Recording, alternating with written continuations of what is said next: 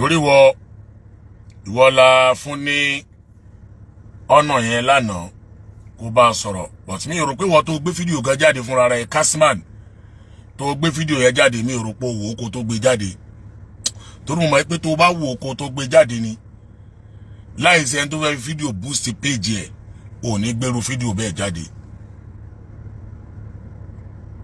èèyàn ẹ jẹ́ àjọ gbọ́ fídíò Fakorede.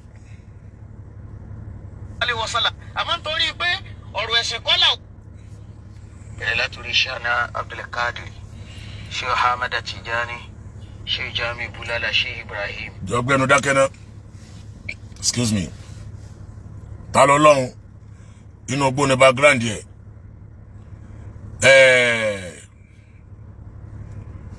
kí lorúkọ eléyìí náà Fakorede inú ogbó ní background yẹ o ṣe ráyìn èèyàn ẹjọ́ àwọn kan máa ń ẹ má dá lóhùn jàre ẹ má dá lóhùn ṣe rí dídá lóhùn kọ́ leléyìí ẹ jẹ́ ká expose àwọn èèyàn ẹ wà fún Saheed Shittu ẹ wò Saheed Shittu ọ̀nà tó ń gbà mú kinní yẹn ló mú gégégégégé ó ṣe ó fi kinní yẹn ó fi expose ojú àwọn èèyàn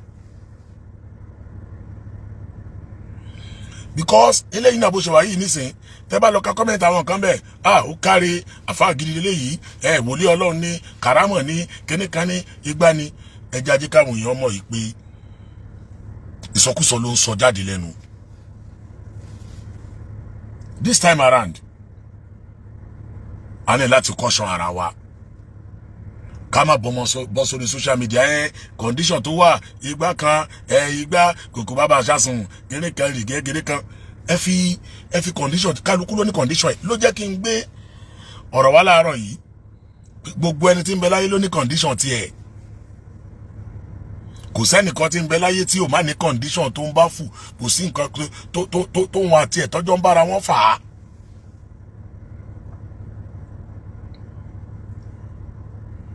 ẹni tí ò wo condition ara ẹ̀ tó ń sọ̀sọ́kúsọ ṣáwa ní ká wá wo condition rẹ̀ láti máa bá bo ìsọkúsọ tí ń sọ. ẹ jẹ́ a máa gbọ́ carry go Mr.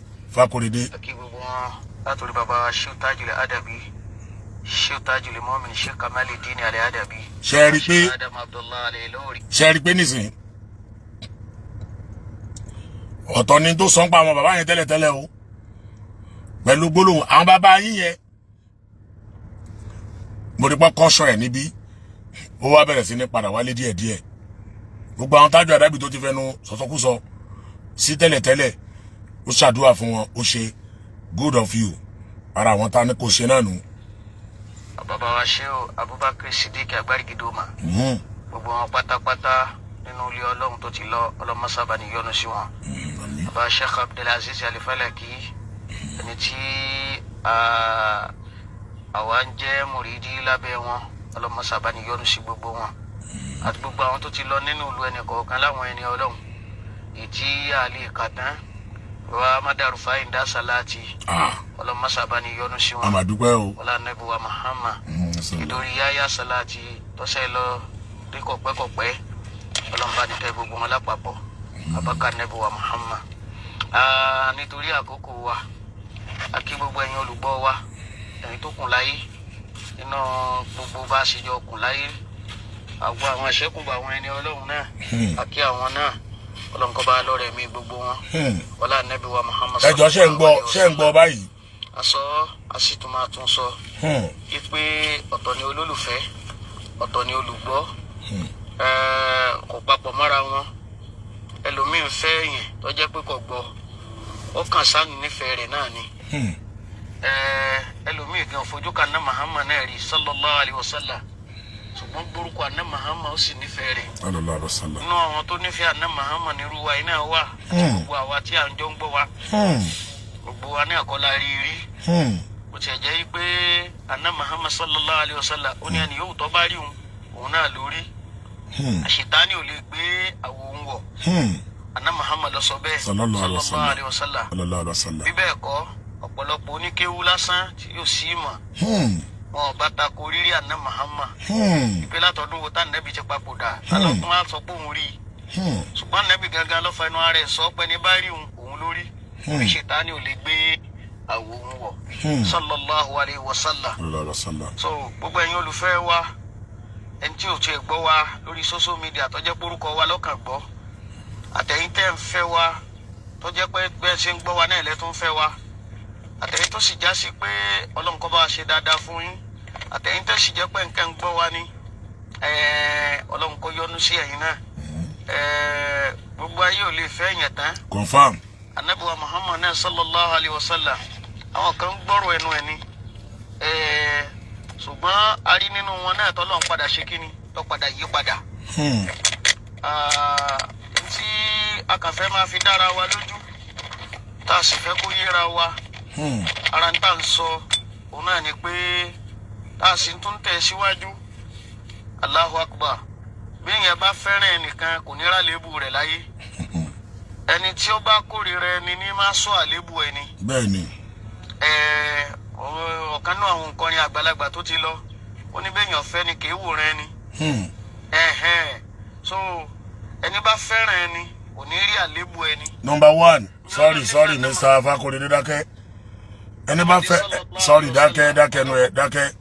Ẹni tó bá fẹ́ràn ẹni tó bá yẹ pé ìfẹ́ tòótọ́ ló bá ní sí tí ò fẹ́ ìfẹ́ kó parun sí á rí mistake ẹ̀ á dẹ̀ pé sákìyèsí wípé lágbájá o ọ̀rọ̀ tó sọ yìí ó lè tì ẹ́ dé ẹ̀wọ̀n o ọ̀rọ̀ tó sọ yìí ó lè mú kí wọ́n nà ọ́ o ọ̀rọ̀ tó sọ yìí ó lè mú kakuba o but kó wá torí pé ó nífẹ̀ẹ́ kó o dẹ̀ rí kó máa wọgbó lọ torí pé ó nífẹ̀ẹ́ kó rí bó ṣe ń sọ̀sọ̀kúsọ tó ń sọ yìí ká má lè pè é sákìyèsí pé Fakorede òun kọ lẹ́tà sábùkù a gbọ́dọ̀ pè ẹ́ ká pè ẹ́ sákìyèsí ẹ̀ ẹni tí ó bá rí ẹ tó bá wá fi ẹlẹ̀ kó máa ṣe mistake mo kú láìkí ẹ̀mí ò ní sọ fún kò fẹ́ràn rẹ o ó fẹ́ jẹ́ kó parun ni o tó bá máa pè ẹ́ sákìyèsí á pè ẹ́ pẹ̀lú ẹ̀kọ́ ni kìí kó kàn máa fi ẹlẹ̀ kó máa wọgbó lọ bó sí wọgbó lọ yìí o a ní láti correct ara wa ẹni bá fẹ́ràn wa kò ní lára lébu wa irọ́ ní jẹ́bẹ̀ kò fẹ́ràn rẹ continue.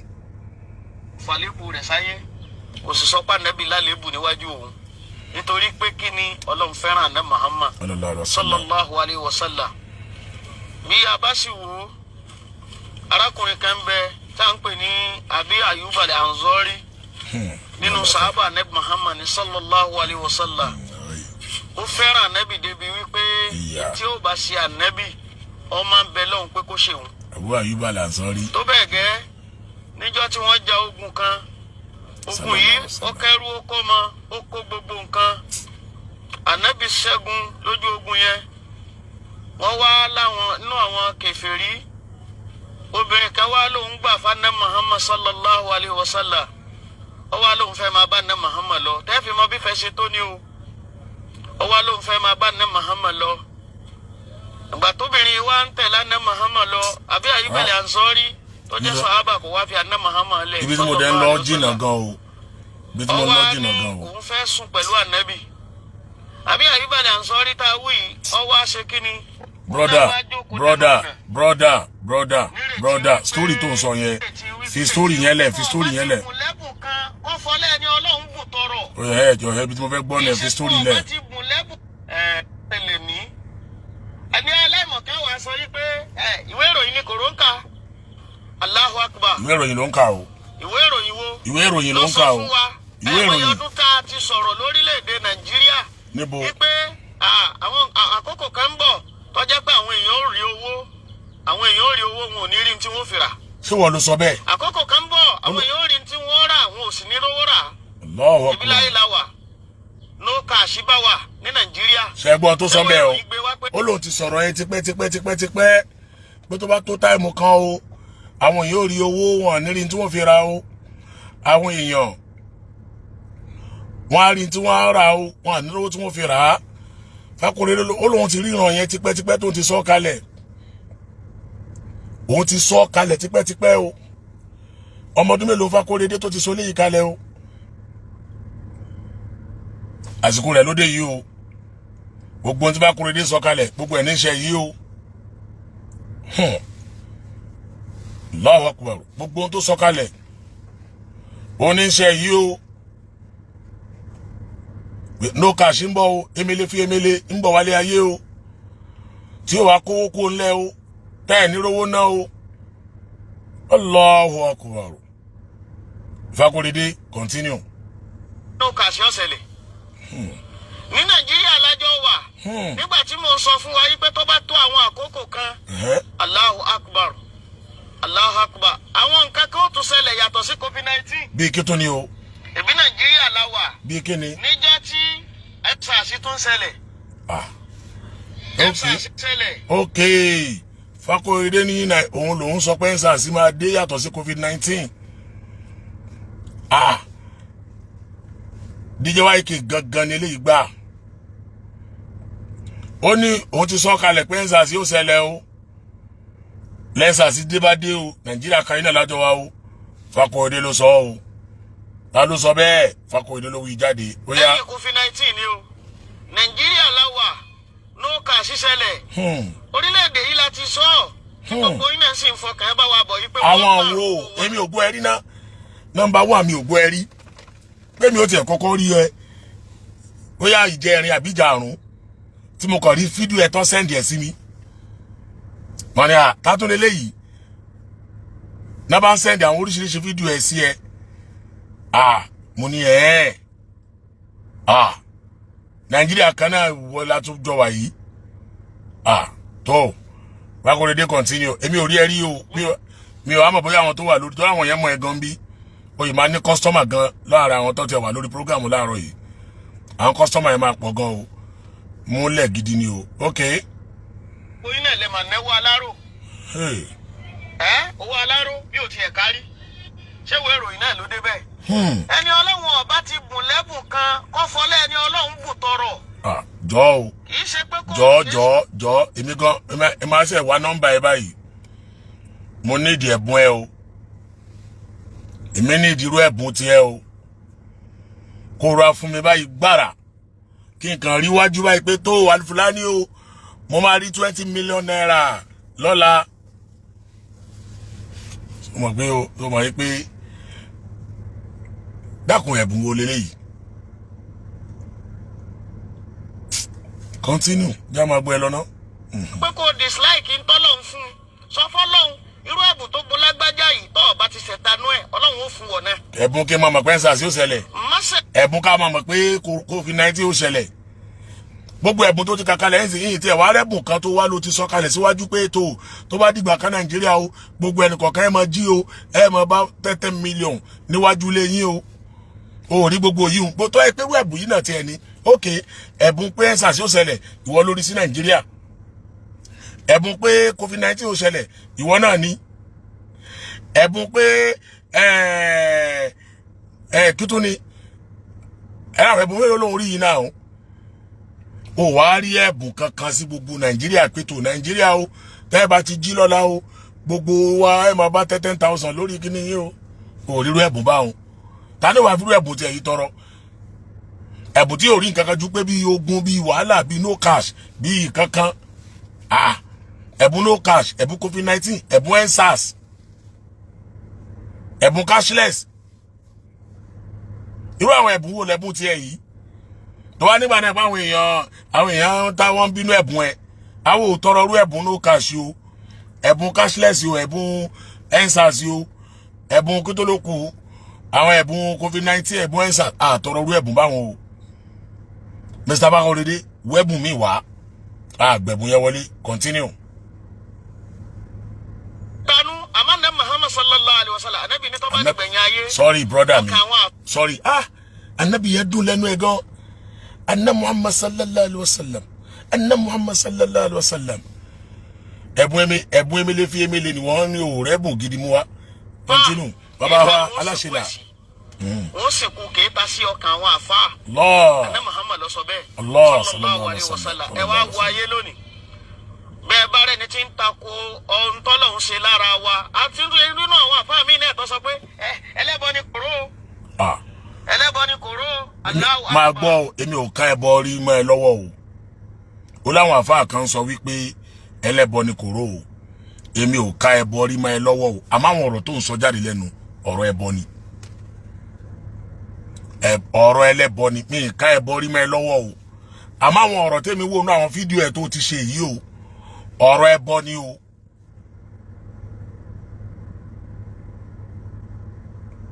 ọ̀rọ̀ ẹbọ ni o tó o bá mọ̀ o wàláì ọ̀rọ̀ ẹbọ ni o Àlùjọ FM. nbí a ti bẹ̀rẹ̀ lámọ́ àmọ́ bí a parí ẹ̀ sí. Allahu Akbar. gbogbo àwọn tá à ń sì ń gbọ́ wa á rí wípé kò síbì kan tá a ti sọ fún yín pé ẹ máa lọ sóòsà àdílé yín o. síbì kan tá a ti dá yín.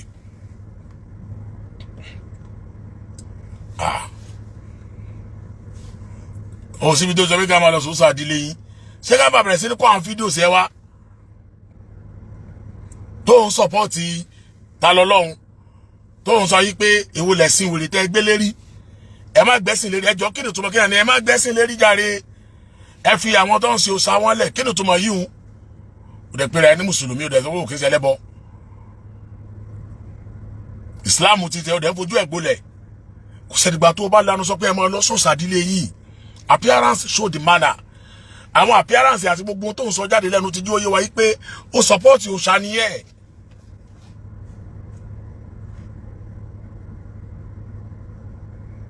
àbí mo bí àmọ́ communicate ẹ̀yin èèyàn mi o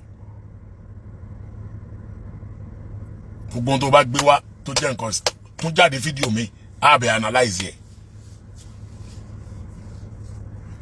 àfìgbà tó bá padà ṣe normal thing gbogbo wa yìí náà ti ṣe mistake kọjá rí kò sẹ́ni tí ń bẹ láyé tí ò ṣe mistake kọjá rí ìgbà tó yá kálukú darí padà àjókòó a sit right. Ani wọ́n bínú ẹ̀bùn rẹ ni o èmi ò fẹ́ bùn wàhálà o ìfẹ́ bùn wàhálà o mi ìfẹ́ bùn ẹ̀nsàsí o ẹ̀bùn no cash o orílẹ̀-èdè yìí lájọ wà dákúnjú ọ̀nà bí ọ tó ń sọ wá pé orílẹ̀-èdè yìí lẹ́jọ wà tẹ́ sọ́ọ́rí ẹ má gbà mí o social media máa sọ nǹkan di nǹkan báyìí o kọ́ ló máa ṣàánú wa o ló máa gbà mí kẹ́ ẹ̀ okay continue.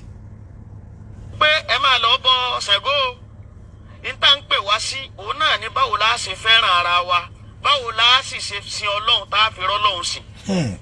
Allahu Akbar. Allahu Akbar. gbogbo ẹ̀yin tẹ́ ń bá mi bọ̀ látijọ́ táyé ti dáyé tẹ́ ń ti ń bá wa bọ̀ níta ń jọ.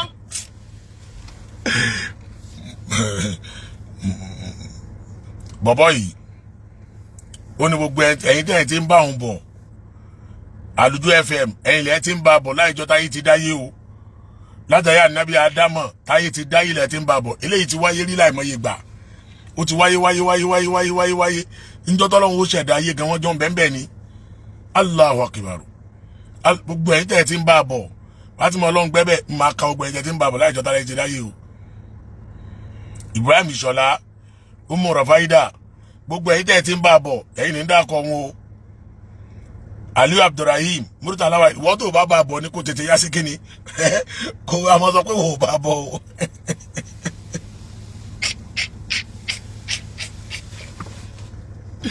ẹ máa bá mi torí Ọlọ́run ìmọ̀lẹ́ Facebook tó já wa sí báyìí Ọlọ́run ìmọ̀lẹ́ Facebook tó wá já wa sí báyìí Ọlọ́run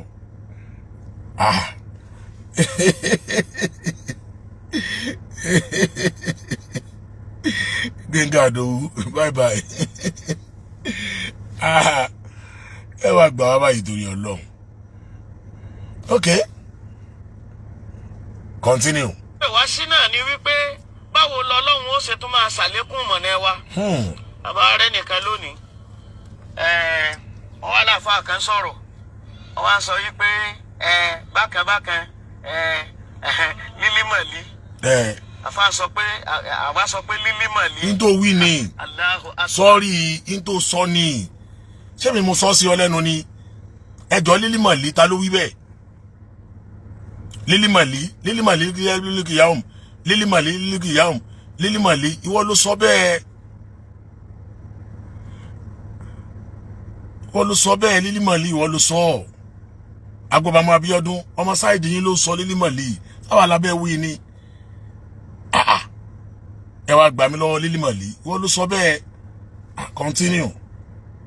Béèyàn bá ti kéwú tí ọba rọ lọ́hùn tí ọba tí mọ̀ fún tó bá jẹ́ pé kéwú ló ké yóò ṣe ọ̀pọ̀lọpọ̀ mistake. Bí títí ẹ̀ yìí. Bí títí ẹ̀ yìí ṣé wọ́n rọ́ lọ́hùn rí ni. So rọ́ lọ́hùn ni kó já tètè mọ̀. Wọ́n ní bí ẹ bá ti kéwú tí ò bá ti rọ́ lọ́hùn ṣé wọ́n rọ́ lọ́hùn ni. Àbọ́lọ́hùn ló sọ fẹ́ kó máa ṣe Lili Mali. Sọ́lọ́hùn ló sọ fẹ́ kó máa ṣe Lili Mali. Wá ẹ má gbà mí. Mistake táwa ṣe yìí. Ẹ̀yin mélòó? Ọlọ́run nìkan ni ò ní mistake. Confirm òdodo ọ̀rọ̀ ni. Confirm Lillahi Kamal Ọlọ́run nìkan ni ò ní mistake. Tí ẹ bá ti ṣe mistake tó dẹ̀ gba mistake òun wá dẹ̀ ṣe kí ni wá correct ara ẹ̀ ò tún ní máa wá nǹkan míì tí wàá tún fi cover ìfá wa. Bàbá wo ní wá nǹkan míì tí wàá máa fi cover ìfá wa. Òun wá public sympathy. Òun wá public sympathy kan lè ní ẹ wo condition tó wá Lili Mali tó pé yẹn bóyá torí pé kò rí Kùránì ni. No. Kùránì ni. Ọlọ́run nìkan ni ò ní mistake now. Ẹ tó wá máa wo bí tó máa yí ọ̀rọ̀ yẹn sí o. Gẹ́gẹ́ bí mo ṣe sọ níbẹ̀rẹ̀ mi lẹ́ẹ̀kan pé ẹni a bá fẹ́ràn ànírà lébu ẹ̀. No, mo ti correct ẹ lórí yìí o. Ẹni táyà bá fẹ́ràn tí wọ́n bá rí mistake ẹ̀ ìyẹn tètè pé sákìsì ni. Understand? A fẹ́ràn rẹ la fi ní káwọn tó súnmọ́ ẹ kí wọ́n pè ẹ́. Wọ́n wá pè ẹ́ tán. Wọ́n tún wá pè ẹ́ tán tó yẹ kó tún jáde láti correct ara ẹ. Ó tún wá sọ nǹkan mi. Continue. Ojú aláàfáà tá ń sọnù. Àìsífẹ́ bọ́ ọba makéwù jù mí lọ ó lè rọ́ lọ́hun tó mi. Jẹ́ àti gbọ́ báyìí. Ẹ̀yin ọmọ sẹ́yìn. Ok, Ìsẹ́yìn lọ́lọ́hun wà. Onítẹ́ni tó bá makéwù jù ń lọ wọn lè rọ́ lọ́hun tóun. Ọlọ́run tí gbogbo ajọ́ ń pè yìí. Èmi ò mọ̀ pé ọ̀dọ̀ ṣé ká máa bọ̀ èmi fẹ́ rọ́ lọ́hun o. Ká tètè máa bọ̀ lọ́dọ̀ rẹ. Why all this? Ayé ti kúrò níbi à ń play rédíò alábẹ́rẹ́. Ọ̀rọ̀ kèfèrí ló ń sọ yẹn náà. Bàbá máa kí ó ju ọlọ́wọ́n lè rọ́lọ́hun ju ọ lọ. Ṣé wọ́n rọ́lọ́hun ni? Àbí tánu mọ̀ pọ́lọ́hun bẹ́. What is all this? My brother, wọ́n ní láti padà ní gbogbo àwọn ọ̀rọ̀ tí ọ̀rọ̀ mùsùlùmí kọ́ ló ń sọ jáde lẹ́nu. Brother mi, bàbá tó bẹ̀rẹ̀ ayé níjọ́ táyé ti bẹ̀rẹ̀. Ọ̀rọ̀ mùsùlùmí kọ́ ló ń sọ jáde lẹ́nu. Àmọ́ àmọ́ kí ojú ẹ lọ, wọn lè rọ́lọ́hun tó ọ. Ọlọ́run mi tún wá ń sẹ́yìn ni. Ọ̀rọ̀ kèfèrí ló ń sọ jáde lẹ́nu náà. Àdèmá dákẹ́ àdèmá máa wò ẹran.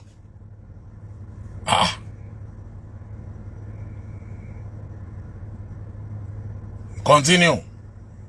Ọlọ́run tó gba ojú ta èjìta lọ́wọ́ tèmi ó fẹ́ mi lọ́wọ́. Ẹ máa gbọ́ o, ẹ máa gbọ́ o, ẹ máa wọ́ ẹ wo bí tó fẹ́ yí ọ̀rọ̀ yẹn sí o.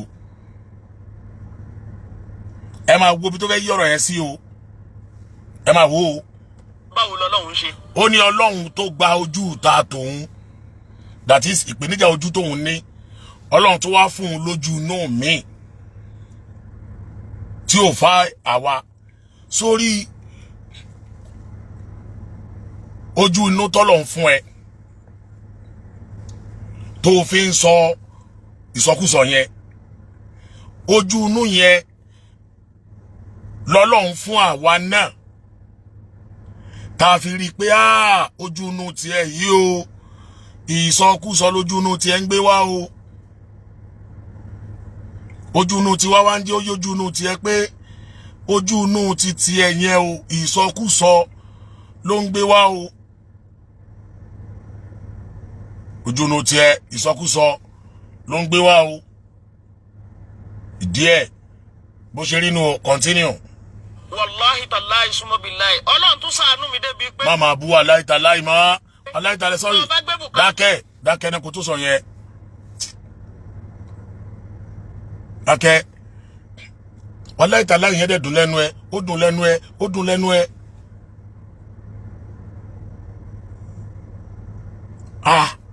Ẹ wá máa gbọ́ tí ò wí sí o. Ẹ máa gbọ́ o. Ayé rẹ wá, àwọn sọ ohun tó kùnú ayé rẹ àti tí ń jẹ ayé rẹ. Má ti sọ tó kùnú ayé wa tó ro ti sọ pé no cash ó ṣẹlẹ̀ ní sùúrù. Mo fẹ́ dá padà sẹ́yìn káwọn yẹn lè gbọ́. Kẹ́ lè gbọ́ tó wí bẹ̀ yẹn. Gbogbo àwọn tá à ń sì ń gbọ́ wa, a rí wípé kò síbì kan tá a ti sọ fún yín pé ó ti sọ yẹn lẹ́ẹ̀kan. Ẹni tí ó bá sí làákà ìlà rẹ̀, Ànábì ló ń lọ fọ́ lójú. Dákẹ́ talilé yìí ẹ lò ó. Mo wà lórí program, mo dẹ̀ ń kọ́ ti fóònù yín, mo wà lórí program. Olójú kí wá ni ju ẹ̀yin tẹ̀ mí ṣe ẹ̀yẹ lọ. Ní sùúrù. Ẹlòmí ọ̀rẹ́ júlẹ̀ báyìí. Ní sùúrù, ní sùúrù. Kankan la fún ọ ní. Tí táwọn ọmọ làkejì rí òní ti ń jẹ́ bí ìdẹ̀ra ẹ̀gún ni. Àmọ́yé ẹ̀yin tẹ́ ẹ pẹ́ra ọ̀ padà mọ́ tó bá jẹ́ pé lóòótọ́ lọ́lọ́run fira rẹ̀ hàn. Tèso ń kéwú tó bá wà nù onímọ̀. Ọmọ yìí pé èmi tí mò ń sọ̀rọ̀ fúnra Ọlọ́run ni. Ó kéwú gbogbo nǹkan ló dá yìí nísìn. Kò wá sẹ́ni tá ṣèṣe ò lè bá. Bẹ́ẹ̀yàn bá já àfa kọ́ máa bẹ lọ́hùn kọ́lọ́m má fòyà ṣèṣe kọ́ má fi kàn wọ́n ni. Kò sẹ́ni tí ò lè bá ẹ̀rí. Àná Muhammad sallallahu alayhi wa sallam Ànábì ni ẹ má tọpinpin ara yín. Sọ́ọ́rì jàre ó ti kọjá bẹ̀ yẹn ó ti kọjá bẹ̀ yẹn ní sùúrù. Látara àdúrà tá Àná Muhammad ṣe sallallahu alayhi wa sallam pé òun fẹ́ràn mi Ọlọ́run máa sọ àtòkù rẹ àtàyè rẹ Ọlọ́run sọ. Ok mo ti kọjá bẹ̀ yẹn. Ṣé ti pẹ́ Ọlọ́run sọ. Bá wa ń gbìyànjú lárúbáwá kì í ṣe ọ̀dọ̀ Ọlọ́run nu. Billahi kamal Ọlọ́run nìkan ni ọ̀sà ṣiṣẹ́. Good. Ẹnìkan mọ̀ wá sọ lónìí nbí àwa sì ṣe sí ní Ọlọ́run nbí Ọlọ́run dá wa sí Ọlọ́run ó tán wa sí nítorí ọmọ bóun ṣe dá wa ṣe báwo gbé tírà lọ́wọ́. Àwọn ò gbé tírà lọ́wọ́ èyí tẹ́ ẹ gbé lọ́wọ́ gan fún àwọn àfáà méjì ni. Ó sọ̀rọ̀ kan bẹ̀ yẹn ó ní gbogbo ẹni tó bá fẹ́ gbé bùkátà rẹ̀ wá sọ́dọ̀ òun ní agbára tóun máa rí báyìí òun ní agbára tóun máa rí báyìí tóun máa fi rí bùkátà rẹ̀ pé nǹkan báyìí ló ń ṣe ọ́ ó ń polówó ọjà ni o bọ̀rọ̀ kìíní àfíìsì mọ́mọ́ ọmọlé ẹ káàbọ̀ sórí ètò pọ́blẹ́mù tẹ ní yẹn mo ti dẹ́ni tí ó bá yẹn solúsàn rẹ̀ nísẹ̀yìn bọ̀rọ̀ kìíní àfíìsì mọ́mọ́ ọmọlé mo ti níbi tí máa mú yín lọ o ọ̀dọ̀ lílímọ̀lì ibẹ̀ ni mo fẹ́ mú yín lọ o gbogbo pọ́blẹ́mù tó ń dọ̀ láàmú tó ń dà mí láàmú lójoojúmọ́ ni tó jẹ́ kí n gbádùn mo ti mọ ibi tí máa mú ọ lọ continue. Pẹ́ sì ni wọ́n ń jà sí kì í ṣe pé lọrin ń jà nítorí ẹ̀sìn. Ó kí ló ń ṣe kíní yìí Ọlọ́run. Ẹ má torí pé ẹ fẹ́ ga látara wa ẹ má torí pé ẹ fẹ́ ga torí Àná Muhammad sallallahu alayhi wa sallam Ànábì lẹ́ni ọba sọ ohun tóun ọ̀sọ́ Ànábì ṣàlàyé ohun tí ó ṣẹlẹ̀ sí ọ̀tọ̀ ní súnmọ́ làtúnṣe àlùnà yawma ìzì ánì nàìmí òun bẹ lọ́lọ́run ti sọ̀rọ̀ ọ̀dẹ̀ra kọ́ papọ̀ Ọlọ́run ní owó la fún ọ ní ipò la fún ọ ní nǹkan kan la fún ọ ní tí táwọn ọmọ làkejì rí òní ti ń jẹ́ bí ìdẹ̀ra súnmọ́ làtúnṣe àlùnà Ọlọ́run la bí ọ yawma ìzì ánì nàìmí báwo ló ṣe lò dẹ̀ra wa irú ojú tọ́lọ̀ ń fún wọn nìyẹn Ọlọ́run ó béèrè lọ́wọ́ tí náà báwo lẹ ṣe lò dẹ̀ra yín. Wàláì jẹ́ kí n sọ fún ẹ brọ́dà mi ojú tọ́lọ̀ ń fún wa Ọlọ́run á béèrè lọ́wọ́ kálukú báwo lè ṣe lò ojú inú tí wọn náà ní òní tó fi ń sọ̀sọ̀kúsọ Ọlọ́run ó béèrè lọ́wọ́ rẹ náà pé Fakorede ojú inú ni mo fún ọ kí ló dé tó wá ń lójú inú rẹ tó fi ń rí cashless tó ń rí nǹkan tí ò yẹ kó rí Ọlọ́run ó béèrè lọ́wọ́ wọn náà continue. Ṣé ẹ fi san àwọn èèyàn lọ́nà ní abẹ́ fi tọ́ àwọn èèyàn sọ́nà? Alhamdulilayi. Èmi ti bẹ̀rẹ̀ wá sí nísìn láti 27 years sẹ́yìn. 27 years ló ti bẹ̀rẹ̀ wá sí 27 years. Ó ti pẹ́ o.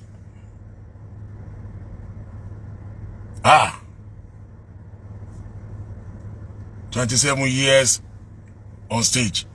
Ó yẹ kó ṣe 30 years on stage. 27 years ló jẹ́ ti bẹ̀rẹ̀. Ṣé 27 years láyé wá bẹ̀rẹ̀? Torí gbogbo àwọn tí wọ́n tẹ̀lé ẹ bọ̀ láti ìjọ táyé ti bẹ̀rẹ̀. 27 years ló ṣe bẹ̀rẹ̀. We try. Sọmọdé oníwàásì. Nbí a bá ti jọ ṣe mistake ká correct ara wa lọ́nà tó dáa. Ọlọ́run nìkan ló pé. So wá rí problem tó ní rí. Problem tó ní. Ó yẹ káwọn èèyàn ti caution ẹ ti pẹ́. But wọ́n ń wo ẹran gan. Farabalẹ̀ fúnra rẹ̀.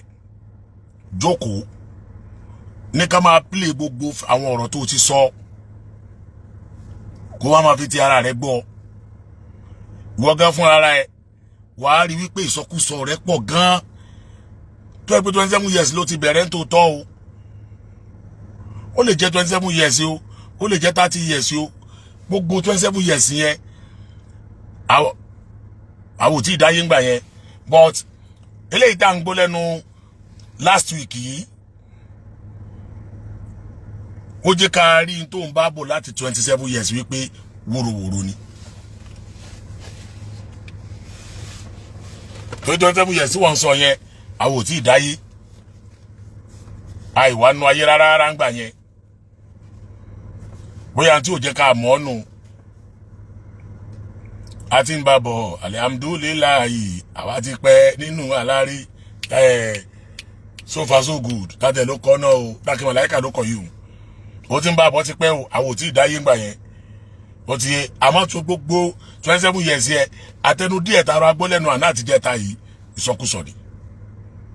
Nígbà mi kó pè mí kó kọ̀rẹ́ẹ̀tì ṣéwù ẹ dákun ẹ má bínú o kíni o anabi wa Muhammad sallallahu alaihi wasallam anabi kọ́ àwọn sàábé. Number 1 ẹni tó fẹ́ràn rẹ jù láyé yìí ẹni tó fẹ́ràn rẹ jù láyé yìí àwa tá a jáde sórí social media tá a tètè kọ́sùn ẹni tá a ní káwọn tó mọ ẹ̀ kí wọ́n pè ẹ́ oníkàwá nọ́mbà rẹ kan pè ọ́ pé ṣé wo ẹjọ́ o ibi tí a ti ṣe mi mistake rẹ o jẹ́ sọ fún ẹ àwa la fẹ́ràn ẹ jù láyé yìí torí pé tẹ́pọ́n bá lu ọ̀rọ̀ yẹn wọ́n ti lu ọ̀rọ̀ yẹn gẹ́sẹ̀ ò mọ̀ Number 1 tí wàá máa dúpẹ́ fún jù láyé yìí ká smart àtẹ̀yìn tẹ́ bá súnmọ́ Number 1 tí ó máa dúpẹ́ fún jù láyé yìí mi tí mo jókòó yìí ni. Torí pé ó ti sọ àwọn ọ̀rọ̀ tó ti kó bá ọ tó ti lọ́mọ ẹlẹ́sẹ̀ ó yẹ kó ti wá gbé ẹ láti jẹ̀ta ó yẹ kó ti wá gbé ẹ but mo ní ẹ fílẹ̀ ẹja wo condition ẹ mo dà máa jáde síta máa correct ẹ kó correct ara ẹ o tún wá jáde kó ṣe correction òun lélẹ̀ tó tún wá ń sọ yìí ó mọ àwọn attack tó ti fún Islam látara lọ́rin ó bú ọba wa ó bú àwọn ìmáàmù wa.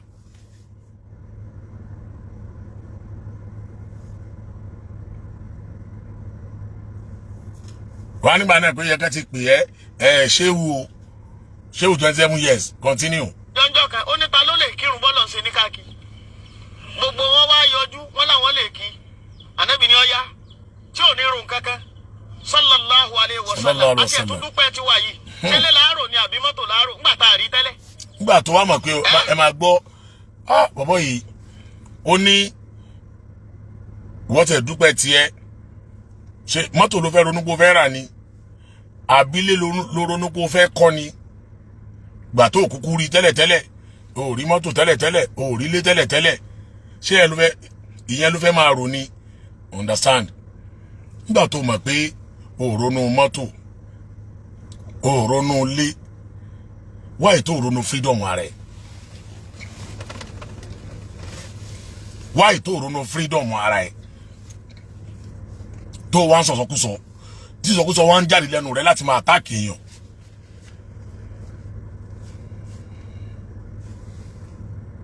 why tó wá ń sọ̀sọ̀kúsọ láti máa attack àwọn èèyàn.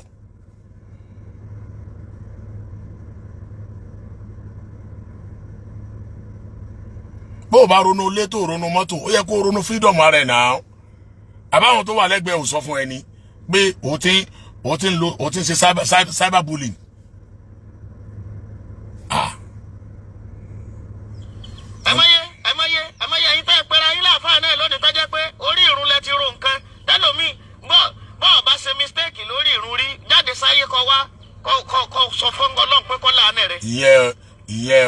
tuntun gbogbo anybody lè ṣe mistake.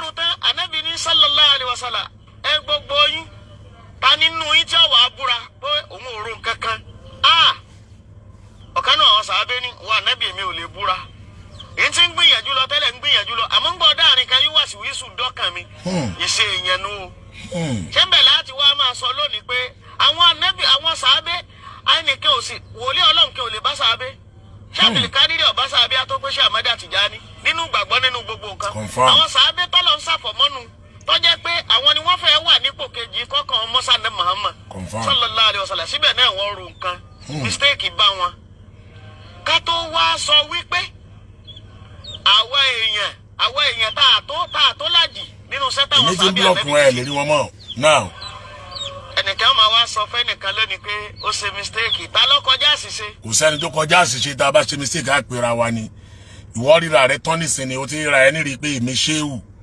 èmi odidi ṣéwù tí mo ti ń bá ọ̀rọ̀ bọ̀ láti 27 years ẹnìkan wá délé ní àwa lóun fẹ́ àwa ní òun fẹ́ correct òun ó mọ̀ pé ìṣe tó ń ṣe ní ọ̀rọ̀ tó ń jáde lẹ́nu ẹni yẹn ó ti dúró ń do pé ṣéwù àgbà ẹnìkan ò lè correct ṣéwù àgbà o nítorí sọ nìyẹn náà wáyé tẹ́yìn wà tí ó lè ṣe mistake tọ́ba dẹ̀ tẹ́yìn bá ṣe mistake tọ́ba correct ẹ̀ á jáde á ní òun tọrọ àforíjì ni àbí kó adjust rẹ̀ kìí pé yóò tún máa wúro òwúrò tó tún wí ọ̀fẹ́ máa proof àwa yìí pé wòlíì Ọlọ́run àgbà kan ní ọ wòlíì Ọlọ́run wo wòlíì Ọlọ́run lórí social media wòlíì Ọlọ́run lórí social media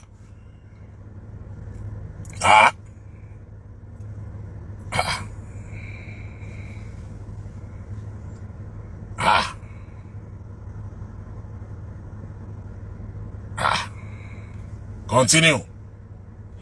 kò sẹ́ni ó kọjá àṣìṣe ẹni ó bá ti kọjá àṣìṣe ọ̀dọ̀ Ọlọ́run nu ilayi kamal Ọlọ́run nìkan ni ó ṣàṣìṣe. bẹ́ẹ̀ ni ìwọ ló mọ̀ bẹ́ẹ̀. ẹnìkan máa sọ lónìí nbí àwa ṣìṣe sí ní Ọlọ́run nbí Ọlọ́run dá wa sí Ọlọ́run ó tán wa sí nítorí ọmọ bóun ṣe dá wa ṣe báwo gbé tí. ìwọ ẹ̀yin mélòó gbogbo ẹni tó wà láyé tó bá ṣe mistake Ọlọ́run sọ pé òun máa ṣàtúnṣe ẹ̀ tó bá rẹ́dí àti ṣàtúnṣe ẹbí tí ń sọ̀rọ̀ àwa ṣàṣìṣe ibi Ọlọ́run dá wa sí yóò tún àwa ṣe sẹ́lòmíì tó bá ṣe mistake Ọlọ́run sọ pé òun ní tún ṣe àbí wà lábúrú Ọlọ́run àbí wà tọ́lọ́run jọ ń gbénu yàrá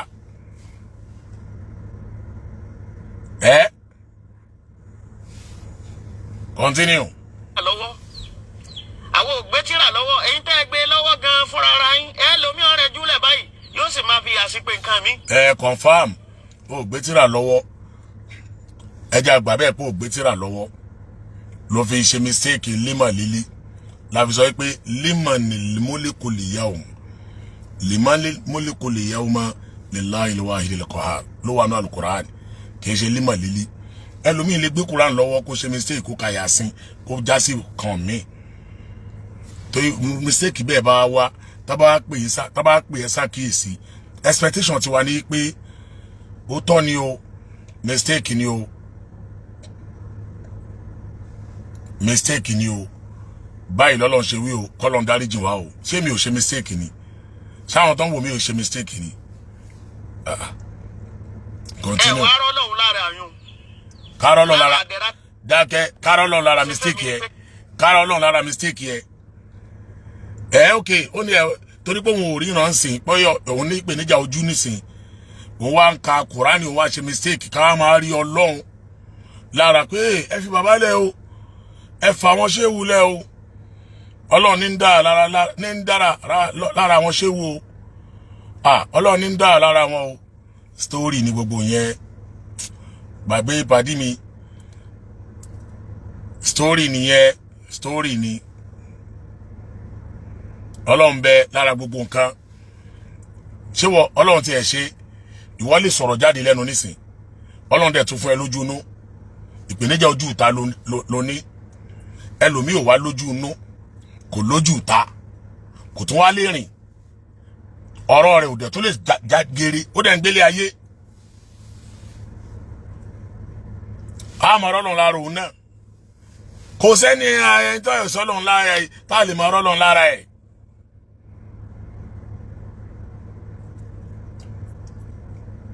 arọ tí rìn lójú títì tọ́lọ́run gbẹ̀sẹ̀ lọ́wọ́ ẹ̀ sáà ní rọ́lọ́run lára ẹ̀.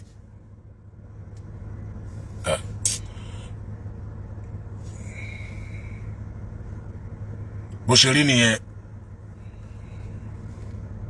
kí n má gbé tírà lọ́wọ́ kí n máa kà á ẹ̀yin ní orí túmọ̀ mí fún tá a wí tó bá jẹ́ pé ń tá a tú ọ yàtọ̀ ni ẹ̀yin náà àwa tá a kà á mọ súrà tó wà torí pé alihamdulilayi àwọn ọ̀tẹ́ tírà sọ́dọ̀ ẹnìkan ọlọ́run ló ṣe wá bẹ́ẹ̀. ó possible.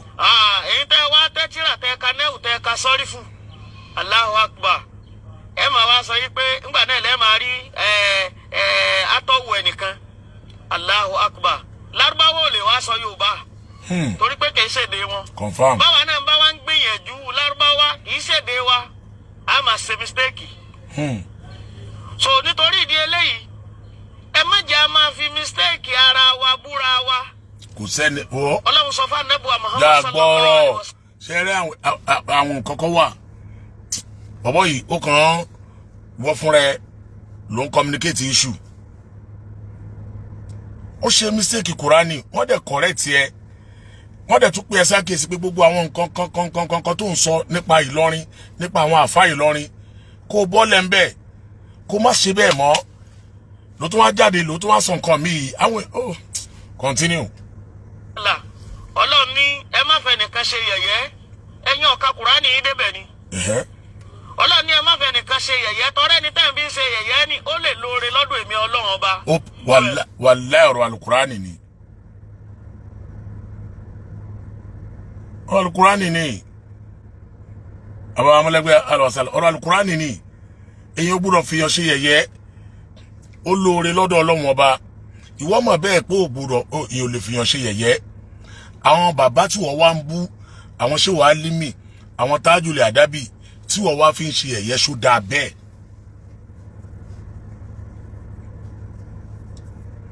tó ń sọ pé àwọn ṣé wàá límì yẹn wo tí wọ́n fi wọ́n ṣe yẹ̀yẹ́ tó ń pè wọ́n lẹ́rú Fúlàní ṣó dáa bẹ́ẹ̀. jọ́ọ̀jì ara ẹ̀ káwọn ìlúmi tó jọ́ọ̀jì wọn náà. àwọn bàbá tí wọ́n fi ń ṣe yẹ̀yẹ́ yẹn ṣẹ́gbẹ́ tiẹ̀ ni wọ́n ń ṣe tó wọn wá public sympathy kò sẹ́ni tó fi ẹ́ ṣe ẹ̀ níṣẹ́ lórí ìpèníjà tó ní torí kálukú àbí tiẹ̀ lára. kò accept pé òun ṣe mistake rárá kò accept ẹ̀.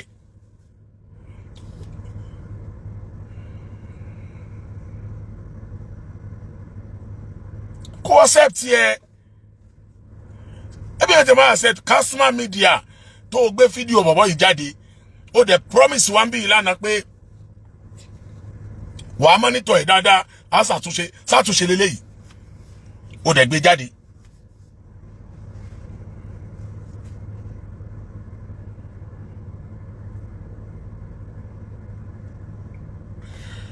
continue. ìjọ yìí tẹ̀ fi ń ṣe ẹ̀yẹ lọ. Ọlọ́run lọ sọ́nù Al-Qur'ani o tọ́rọ́ lọ́n ti mọ̀ pé ń bẹ́nu àwọn akọ̀lọ̀rọ̀ sí èèyàn tí wọ́n máa fi ọmọ làkejì sí ẹ̀yẹ. Ọlọ́run ti mọ̀ pé yóò máa bẹ bẹ́ẹ̀ ẹ̀ sì rí Allahu Akbar anabiwa Muhammad sallallahu alayhi wa sallam anabi ní gbogbo ẹni tó fọ́ lójú kọ́ la fọ́jú. ẹni tí ọba sílá aka ìlà rẹ̀ anabi ló ń lọ fọ́ lójú. brother mi àìmọye ẹni tó nípa oníjà ojú bó ṣe nípa ìníjà ojú yìí tó ní tó wá odidi Al-Qur'ani sórí.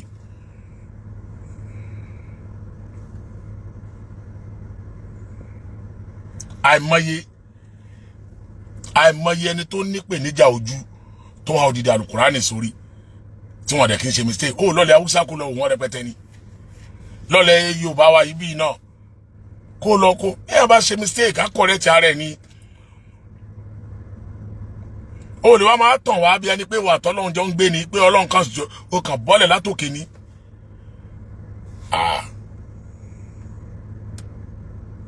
kí wá ni ojú tá a làálẹ̀ tí ò wúlò ojú tá a làálẹ̀ Allahu Akbar tó jẹ́ pé Allahu Akbar ìyàwó ilé àfáà mi ní kọ̀ǹtró rẹ̀ àfáà mi gé orílẹ̀ ara ẹ̀ kọ̀ǹtró la tó já sí yìí. Wallahi tallahi suma billahi ọwọ́ ló ń fẹ́ control ta. níta ni ò ṣe kọ́ ọ̀hún. Ntí ń dá ẹlòmíì ládàáwò fúnra ara rẹ̀ nínú ilé ara rẹ̀. Allahu Akbar ìtẹ̀lé kíní. inú ilé ara ẹ̀ nìyẹn gbogbo inú ilé èèyàn kò kàn wá. ìyàwó àfọwọ́bá àmọ́ control ẹ̀ kò kàn wá. ìyàwó ọmọ kíwò bá àmọ́ control ẹ̀ kò kàn wá. gbogbo àwọn yẹn ò kàn wá rárá kò kàn wá pọ́blẹ́mù kálukú nínú ilé ẹ̀ nìyẹn. wọ́n lẹ́yìn ò kàn wá náà.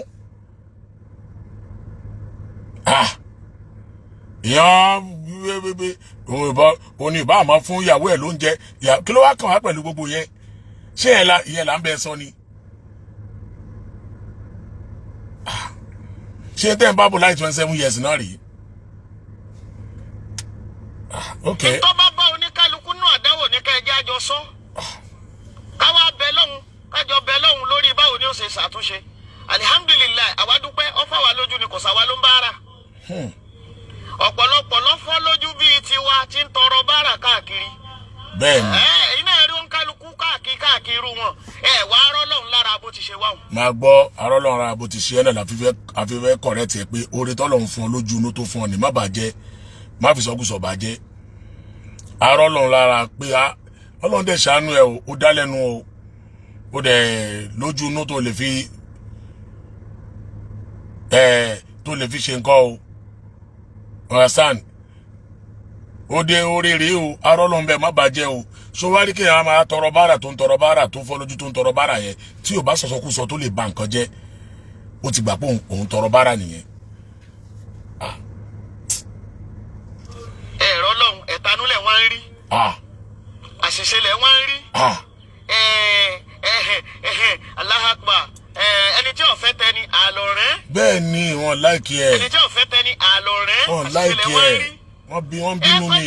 kọ́kọ́ yẹ kẹ́yìn tó ń jókòó kẹ́ ṣe é sí ara bọ́lọ̀ ti ṣẹ́ nìyí ọ̀dà tọ́bọ̀ wá jẹ́ pé báwọn náà ni tá a sọ pé lílí màlí ni tẹ́yìn wá ń rí nǹkan míì tó yàtọ̀ bá a bá déwájú ọlọ́run bọ́lọ̀ ń bá ní tó ń gbà nù ń kọ́. láyé ọlọ́run ò lè sọ pé lílí màlí fúnra rẹ̀ tó rọrọ̀ ọlọ́run ni ẹ máa gbọ́ ó ní tóun bá sọ pé lílí màlí làwa ń rí tóun bá déwájú ọlọ́run tọ́lọ́ bá lílí màlí ní nǹkan ọlọ́run ò ní sọ bẹ́ẹ̀. lima ní múlíkù lè yáwó mọ̀ lè láàyè lè wá àhídẹ̀ lè kọ̀ àrùn lọ́lọ́run wí kò sí lílí màlí lẹ́yìn lílí màlí mọ̀nímọ̀ní ló tún kù lẹ́yìn lílí màlí o mọ̀nímọ̀ní ló tún kù ọlọ́run ti wá sọ pé lílí màlí lòún gbà lérò. ìwọ ni bàbá déwájú ọlọ́run kì í sọ àlọ́ máa tàn ní. bàbá déwájú ọlọ́run wa ní lílí màlí lòún gbà.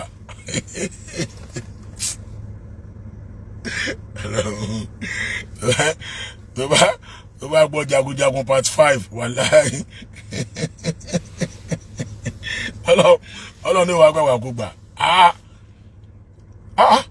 wáyé tó lè correct ara ẹ̀ simple kó move on. ọ̀rọ̀ yẹn ajá Zainab ọ̀rọ̀ yẹn ò jọra wọn gbogbo tó sọ yẹn kò jọra wọn wàláhì Alju FM wàláhì kò jọra wọn náà.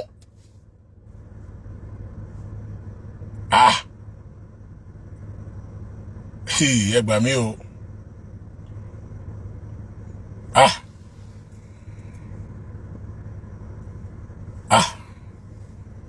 Okay. ọba tọ́mọ̀sọ̀rọ̀ gbèjà ẹ̀mí. bá a bá déwájú ẹbí ìtẹ́yìí rí lẹ́ka ìtẹ́yìí lẹ́ ń ṣàtúnṣe bá a bá déwájú ọlọ́run tọ́lọ́run bá ní bóun ti ọ̀tọ̀ ní tóun gbà lérò kí lè ṣe ṣùgbọ́n. gbogbo ẹ̀yin àfà excuse me onídàbà ti kàkánú Al-Fulani o jẹ́ pé ọ̀tọ̀ ní tọ́lọ́run gbà lérò ní kó má kàákùkà káwádìíwájú ọlọ́run kọ́lọ́ wá ní à èyí tí gbogbo ẹ̀yin tẹ́ correct bẹ̀rẹ̀ látòrí Al-Fulani ká gbogbo ẹ̀yin tẹ́ correct Ifakorede Iseyin o tẹ́ sọ pé tóun sọ pé lílí màlí tẹ́yìn ní límà ní múlíkù lè yáwó mà ní dájúdájú tí Ifakorede ló wọlé ò tí yín ò wọlé Ifakorede you dey play. alhamdulilayi àwọn tó pa wá náà àwọn arínú wọn náà tó arínú àfáà mi náà ẹlòmíì ò sì fà ń kẹ́kẹ́ tó jẹ́ pé ẹ̀tanú tí òjò gbádùn ni ẹlẹ́bọ ni kò róhùn ẹlẹ́bọ ni bẹ́ẹ̀ bá sọ bẹ́ẹ̀ ń bá a bá déwájú Ọlọ́run á jọ pàdé. Number 1 mo ti sọ lẹ́ẹ̀kan èmi ò ká ẹbọ ọmọ ẹ lọ́wọ́ rí o but gbogbo ọ̀rọ̀ tó ń sọ jáde lẹ́nu ọ̀rọ̀ ẹbọ ni. gbogbo ọ̀rọ̀ tó ń sọ jáde lẹ́nu ọ̀rọ̀ ẹbọ ni o kò correct ara ẹni o ọ̀rọ̀ ẹbọ ni o ọ̀rọ̀ ẹbọ ni o. ẹ̀dá ò lè tún rẹ̀ ṣe ẹ̀dá ò sì lè fọ́ rẹ̀ mọ́ àmọ́ ẹ má gbàgbé látúnṣàkún mà fún ṣàkún.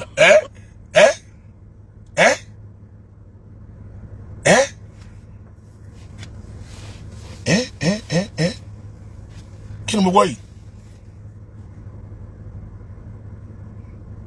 Kí ni mo gbọ́ yìí? Oh my God. Ṣé Quran rèé? Sorry. tí òjò gbádùn ni ẹlẹ́bọ ni kò róhùn ẹlẹ́bọ ni bẹ́ẹ̀ bá sọ bẹ́ẹ̀ ń bá a bá déwájú Ọlọ́run á jọ pàdé. ẹ̀dá ò lè tún rẹ̀ ṣe ẹ̀dá ò sì lè fọ́ rẹ̀ mọ́ àmọ́ ẹ má gbàgbé látúnṣàkún mà fún ṣàkún. Látúnṣàkún báwo tá a bá dẹ̀ tún sọ̀rọ̀ nísìnyí wà á ní báyìí báyìí kọ́ lọ́lọ́run ṣe gbà lérò. Bàbá ní báyìí lọ́lọ́run ṣe wínú Al-Fulani báyìí ó tún ní bẹ́ẹ̀ kọ́ lọ́lọ́run ṣe gbà lérò. Wà á tún ní wọ́n fi ẹ́ ṣe yẹ̀yẹ́. Látúnṣàkún báwo Ọlọ́run ò sọ báyẹn nú Al-Fulani náà. Látúnṣàkún kẹ́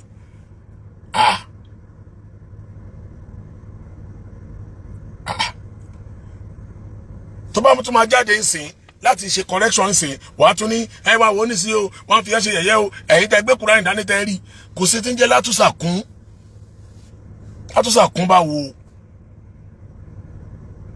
látúnṣàkún kẹ́ alátúnṣàkún anfusakum wàhálà ń bí mani takọ.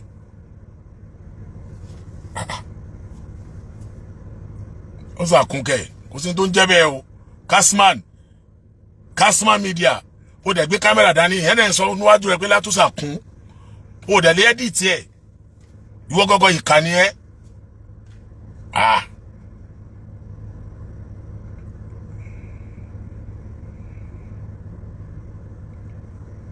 Okay, continue. ìmọ̀ni takọ̀ Ọlọ́run lòun lòun mẹni tọ́ mọ́ o. ẹni tí ń páyọ̀ Ọlọ́run ló mọ́ lọ́dọ̀ rẹ̀ ẹni tí ń páyọ̀ Ọlọ́run rí gbogbo tá a sọ tó dàbí nǹkan kìnnì kan adákọ̀ àwọn ẹni Ọlọ́run tó ti lọ torí iṣẹ́ rí tí wọ́n ṣe ni adákọ̀ àwọn ẹni Ọlọ́run bàbá Shehu Alim adákọ̀ wọn kọ́lọ̀ ń bá wa kẹ́ wọn kọ́ yọ́nú fún wọn. Àmín ó ṣẹ̀ṣẹ̀ ṣàdúrà fún wọn ni tó bá lọ́wọ́ first video ẹ bèrè lọ́wọ́ ojú inú ẹ tó mú ẹ tó fi sọ jáde lẹ́nu ó ṣàdúrà fún wọn ó yẹ̀yẹ́ wọn ni.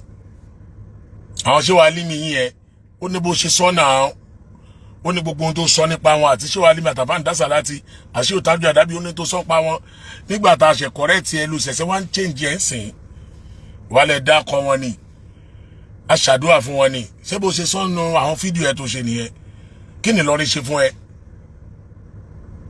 Kí ni Ìlọrin ṣe fún ẹ gangan? Bẹ́ẹ̀ pé gbogbo fídíò ẹ láyé yìí wàá fèsì Ìlọrin ni. Ìlọrin ilẹ̀ Yorùbá ní Ìlọrin o ilẹ̀ Yorùbá ní Ìlọrin o wọ́n á dẹ̀ lọ bá àwọn ìjọba tí wọ́n fi Ìlọrin sí North Central. Wọ́n á dẹ̀ lọ bá àwọn ìjọba tí wọ́n fi Ìlọrin sí North Central tí wọ́n fi Ìlọrin sí South West. Nígbàtí Nàìjíríà wọn kọ́kọ́ máa dá state ilẹ̀ 12 state ni wọ́n kọ́kọ́ dá ilẹ̀ Nàìjíríà ń bí. Nínú 12 state yẹn Kwara state wà nù wọn náà kó tó wá di 19 kó tó wá di 30 kí ni tó dà lẹ́nìí 12 state yẹn Kwara state wà nù wọn. Ṣé Kwara state wà kéré ni láti bẹ̀rẹ̀ data ti fi sí North Central. Gbogbo lecture tiẹ̀ gbogbo ọ̀rọ̀ ti tiẹ̀ láyé yìí wàá fèsì Ìlọrin ni. Àwọn àfáà Ìlọrin àwọn ìmáàmù Ìlọrin àwọn ọba Ìlọrin kíní kan ni wọ́n kí ló dé so gbowó wọn rẹ̀ sí Ìlọrin ni. adembo e lọ́wọ́ de tún bọ̀ ká ọ̀rọ̀ ta lọ́lọ́run ṣẹlẹ̀ ta ìṣẹ̀lẹ̀ ó de fèsì lọ́rin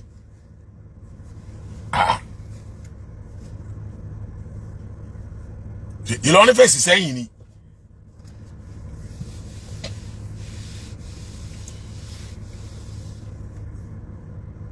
because ẹni tó bá ṣe join program nísìn wọn ní understand tí máa yìí ṣe ẹni tó bá dẹ̀ nílà ká tí làákẹ́ yẹ bá pé dáadáa á mọ̀ pé nǹkan tá à ń ṣe yìí bó ṣe rí nìyẹn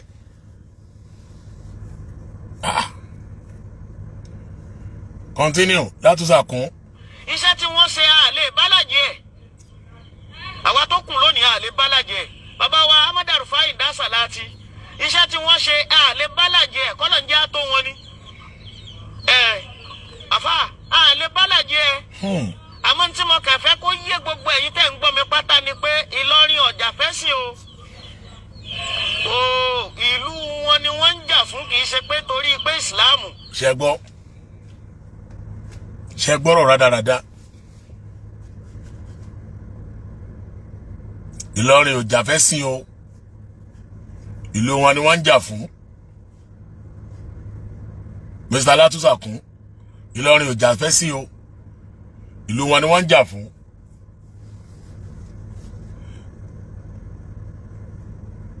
ìṣẹ̀ṣe ta ní àfẹ́ kọ́ lọ bọ odò ṣe ẹ̀sìn kọ́ odò yìí mẹja tó fẹ́ lọ bọ tí Ìlọrin dìde táwọn àfọkúta dí everybody dìde ẹ̀sìn kọ́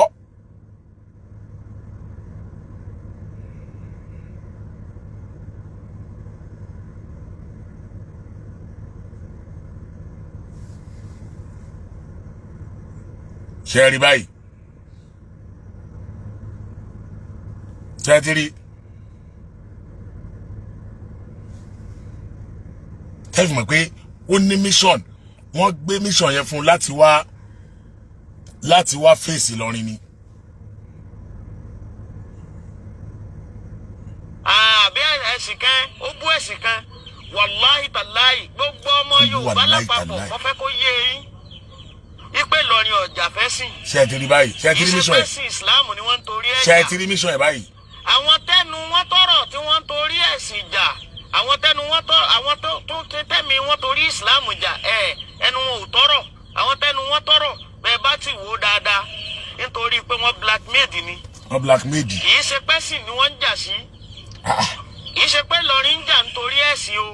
wọ́n ń jà nítorí kíni nítorí pé wọ́n bá wọn bàbá wọ́n bá wọn lórúkọ. Mr. Látúnṣàkún Ifakorede Iseyin wọ́n ló ń jẹ́ ogbóúnjẹ yẹn o ló ń jẹ́ ọkọ yẹn o Látúnṣàkún Ifakorede Iseyin tán bá báyàn lórúkọ jẹ́ kí ni Islam sọ ń pa ẹ̀ tí wọ́n bá báyàn lórúkọ jẹ́ kí ni Islam sọ nípa ìbanilórúkọ jẹ́ mo fẹ́ bá àyàn jà níṣẹ́ torí pé ó bà mí lórúkọ jẹ́ ẹ̀sìn mi sọ wípé Islam mi sọ fún mi wípé mo gbọ́dọ̀ wá gbogbo ọ̀nà láti tún orúkọ mi ṣe. Látúnṣàkún ò gbádùn rárá ò gbádùn blackmaid. jẹ́ alihamdulilayi orí bẹ́ẹ̀ tó bá jẹ́ bẹ́ẹ̀ náà ọ̀dà nítorí ọ̀dà ni pé anabi wa Muhammad sallallahu alayhi wa sallam anabi ní ẹ má bú bàbá ẹnìkan wọ́n má bàa bú bàbá ńlá bàbá àti iná anabi kọ̀ fún wa bẹ́ẹ̀ ẹ má bú bàbá ẹnìkan kí wọ́n má bàa bú bàbá ńlá bàbá àti iná so ńgbà tá anabi ti lè sọ bẹ́ẹ̀ ń táwọn náà jà síhun wọ́n gbèjà lu wọn ni ṣùgbọ́n fún gbogbo ẹni tí ò yé torí ẹ̀sìn ni wọ́n fi mú ta lọ lọ́hùn ò mú ta lọ lọ́hùn torí ẹ̀sìn mú ta lọ lọ́hùn torí ẹ̀sìn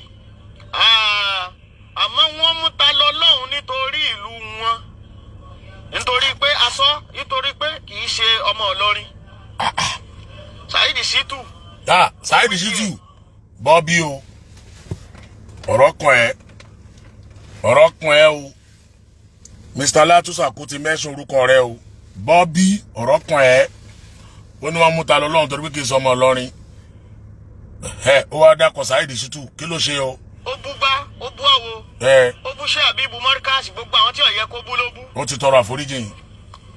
nínú àwọn ọ̀rọ̀ wa ntí ń gbà ń gbìyànjú àti sọ fún wa náà ni pé Ìlọrin ọjà fẹ́ sìn o nítorí. kí ni mo lè ṣe fún bàbá yìí náà o mashallah la quwwata illa billah.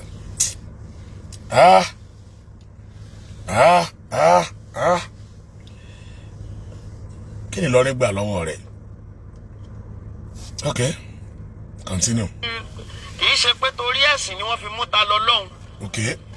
torí pé wọ́n bú bàbá wọn ni wọ́n tó kó rí bẹ́ẹ̀.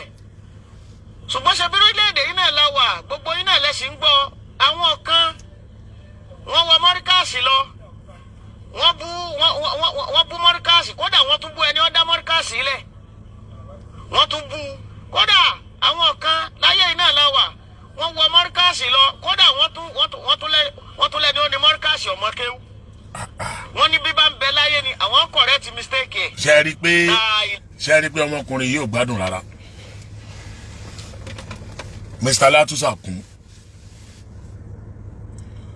ọmọ sẹ́yìn ni ṣe rí pé kò gbádùn rárá wàláì kò gbádùn. Ó kàn ń wá gbogbo ọ̀nà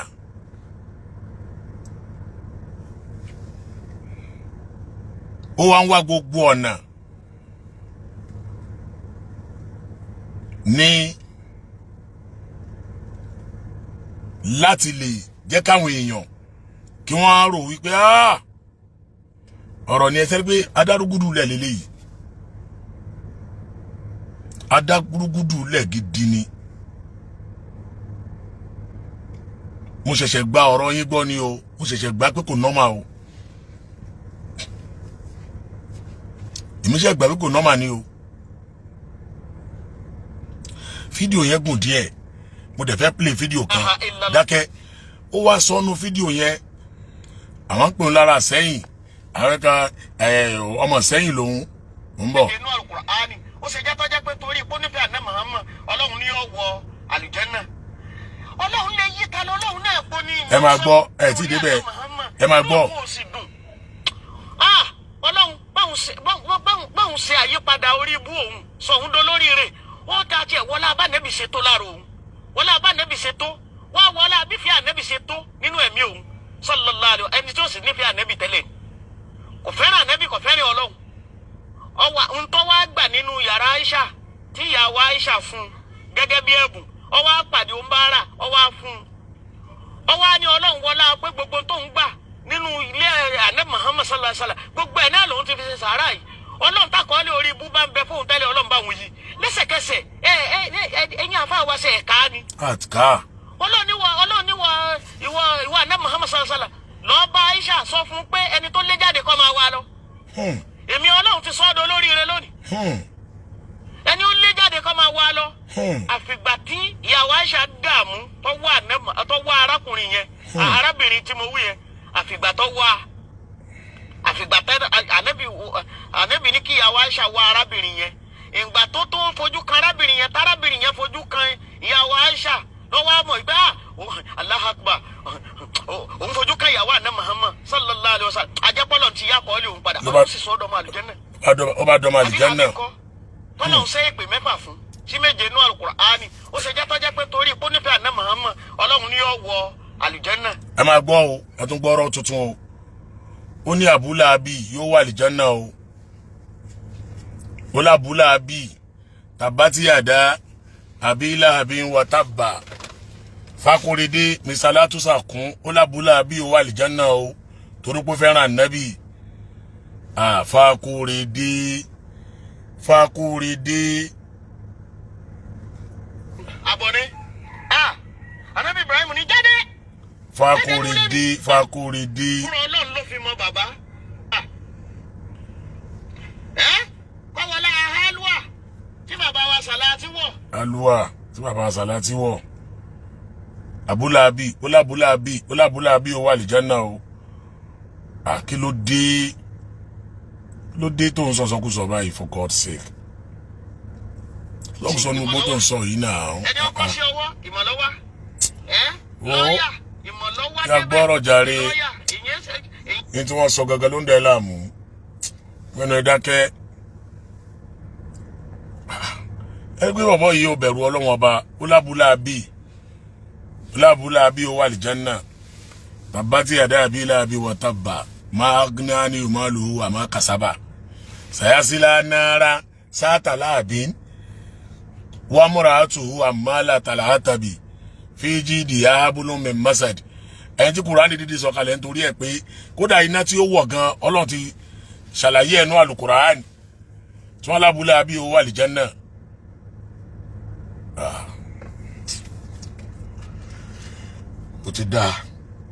ó ti dá àti kéwú débì kan báyìí ṣe é rí ó wá sọ wípé nínú fídíò yẹn ó wá sọ wípé ọmọ Ìsẹ́yìn lòun òun èyí sára Ìsẹ́yìn ó sọ àwọn ọ̀rọ̀ ìbàjẹ́ kan láàrin yẹn mo wá fẹ́ jí ó yé pé àwa mọ àwọn ọmọ Ìsẹ́yìn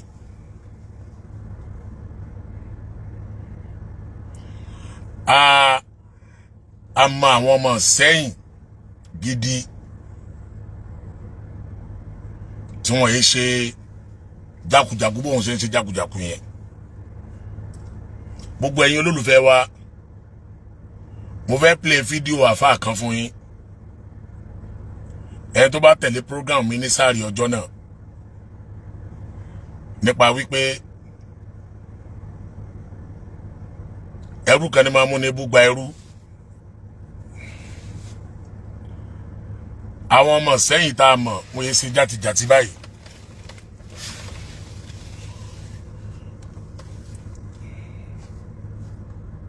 ó ti lóhùn láàfáà o ẹ jọ̀ọ́ ẹ bá mi gbójú ayọ̀ sókè ẹ bá ń wo fídíò yìí.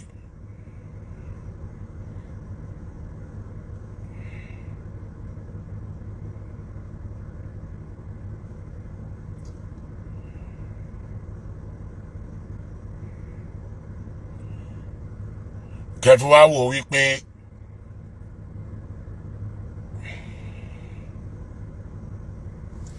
ẹ jọ̀ọ́ ẹ wo fídíò yìí tún bọ̀. ṣe tí máa dá lóhùn láàrin bàbá wa Sheikh Abdulkadir oníkan. hello salamu alaikum. hello salamu alaikum. Mutiri Said sorry Muri Abubakar láti Ọ̀yọ́. hello. hello sir hello. salamu alaikum. salamu alaikum. àfa ńlá lẹ́yìn tó pè wọlé mo sì gbọ́ sálámà yìí. ẹ máa gbọ́ o.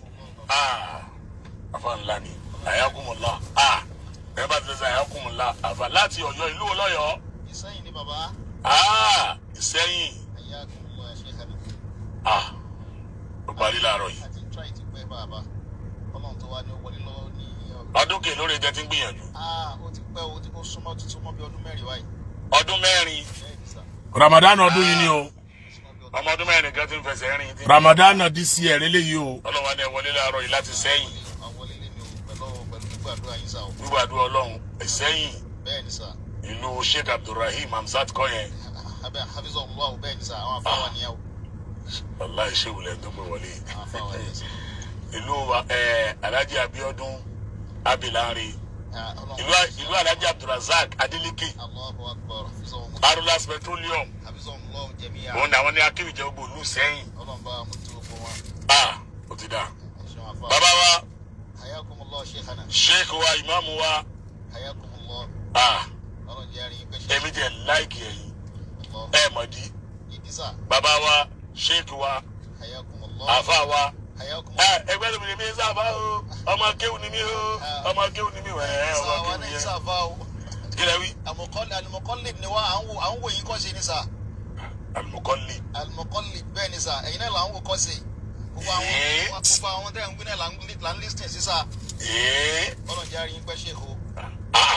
Ọlọ́run jẹ́ àríyìn pẹ́ bàbá. Okay, let's go there. Ayakumullah. ẹ jẹ́ ń gbé yín débẹ̀ níbi ìbéèrè wa. Alhamdulilayi sà.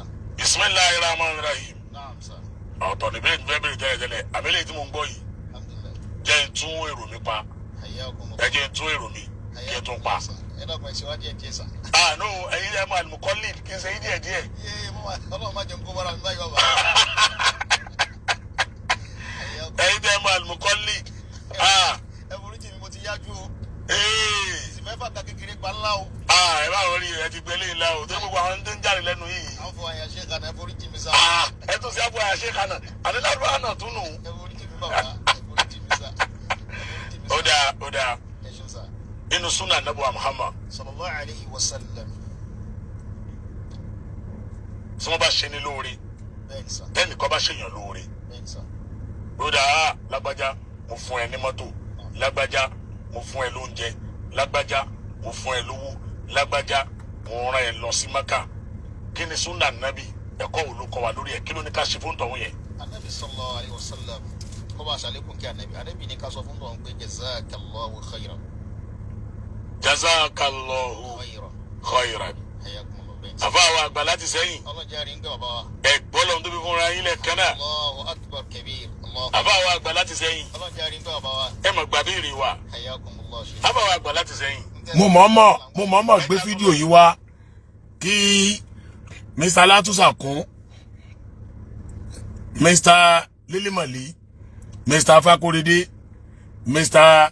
Blackmaid kó lè mọ̀ wípé àwọn èèyàn gidi ń bẹ nílùú Ìṣẹ̀yìn ló jẹ́ kí n gbé fídíò yìí wá. Màá dẹ̀ play fídíò yìí from A to Z. Allah. Ó tún yá o. À ń tẹ̀lé yín ṣe. Ó tún yá o. À ń tẹ̀lé yín sà. Béèrè wọ ẹlẹ́ẹ̀kejì. Hayyakumullah. Àfa àwọn àgbà láti sẹ́yìn. Ọlọ́jà rí ń gbé bàbá wa. Ó ń bọ̀ ẹ dákun. Hayyakumullah. Ẹ ń gbéwèé mọ̀ mí járe. Àfa àwọn àgbà láti sẹ́yìn. Akramakumullah shaykhana. Sorry. Yàrá sà. Àfa àwọn àgbà. Bàbá. Tálẹ́ ní àkọ́kọ́ Naam. tó mú àìdíà pé ẹjẹ́ a máa pèrún. Nínú Islam. ẹjẹ́ a máa pèrún nínú Islam nígbà tá Ànábì sallallahu alaihi wasallam tó kọ́ ṣe first year ìjìrà. Allahu akbar. Bàbá mo ti gbàgbá kékeré gbá ńlá báyìí. Allahu akbar. Ọ̀dà inshallah ọ̀dà ìpè Umar ibn Khattab tí ń bá gbà ẹ foríjì mi sà. Ìmọ̀ bóyá mo right. Umar ibn Khattab. Umar ibn al-Khattab. Bẹ́ẹ̀ni sà. Òun lẹ́ni Ẹni tó mú mọ́ yẹn wá sà. wípé Kí ó yẹ ká máa pè wọn àbí nǹkan kan ló wà tó yẹ ká máa ṣe tá fi máa pa àwọn yẹn wá kó tó wá di pé sọ̀hábà kan ló wá lálàá yẹn gangan o kánàbí tó sọ̀ dákọ̀ àláhùn àmọ́ ẹni tó mú mọ̀ràn yẹn lẹ̀ pé ó yẹ ká máa ní tá fi máa pera wa so Umar ibn Khattab ní sàṣẹ́lẹ̀. àfa àwọn àgbà láti sẹ́yìn. Ọlọ́jà rí pé bàbá wa gbà. ẹ dákun ẹ gbọ́ lọ́n tó fi fúnra yín. Allahu akbar. Allahu akbar kabira. Allahu akbar. Àfa àwọn àgbà láti sẹ́yìn ẹ gbà béèrè wa o. Àtọ́ ọlọ́jà rí pé ọlá yín náà ní sheikh. ẹ gbà béèrè wa o. Bifadlikum ya sheikh. Bifadlikum ya sheikh. Ọlọ́jà rí pé sà. Èyí ga ju o ẹyọ ọmọ mi ẹ̀sìn ní panudé tó àfa àgbà láti sẹ́yìn àjọ bẹ̀rẹ̀ náà nìyẹn. Alhamdulillah sà. káwé tí ó sùn láàrin mi àti. Ẹ dákun pẹ̀lẹ́pẹ̀lẹ́ mi ẹ dákun ẹ ṣe mí jẹ́jẹ́ bàbá. ìbéèrè mi ẹlẹ́kẹta àfa àgbà. Hayyakumullah sheikh. What was the first Qibla and the third oldest masjid of Islam? Kí ni níbo ni àkọ́kọ́ ibi tí gbogbo mùsùlùmí ayé kọ́kọ́ ń dájú kọ kírun? Allahu akbar. Lákọ̀ọ́kọ́.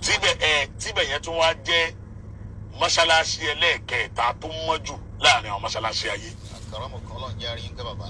Mọ́ṣáláṣí àkọ́kọ́ tá a kọ́kọ́ ń dojú kọ ní Islam. Kó tó di kọ́ lọ́n pa níbi láṣẹ. Wọn náà ní Jerusalem, al-Masjid al-Aqsa. Tí gbogbo ayé pè ní Jerusalem. Àbáwọ̀ àgbà láti sẹ́yìn. Hayyakumullah shaykhana. Ṣé gbogbo àwọn wájú yín ni sà? Bàbá wọn bá lé kéwù tá a lọ náà láti kọ́ wa gbogbo tá à ń wí Ọkùnrin sà. yìí, bàbá lé kí ó tá a lọ, èsì ń wọlé sí mi lára. Bàbá lé kí ó tá a lọ, èsì ń wọlé sí mi lára. Àbáwọ̀ àgbà láti sẹ́yìn. Hayyakumullah. Ẹ gbọ́ lọ́n tóbi fúnra yín. Allahu akbar. No. Okay. Mo ń bọ̀ o. Tó bá já sí wípé yóò ní. Àwọn èèyàn ti ń kọ́mẹ̀tì pé àbá àgbà lélẹ́yìí, wà lẹ́ àbá àgbà lélẹ́yìí. Ẹ dákun ẹ ṣe mí jẹ́jẹ́ sheikh. Ó dáa. Tọ́líbù ní mi sheikh. Ahmed, Ọmọ ilé kí ó wọ́n sì ní ní bàbá. dákẹ́. Ana talib. Anta talib.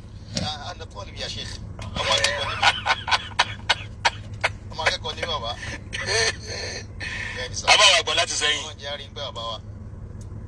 What are the three fundamentals that every Muslim must learn?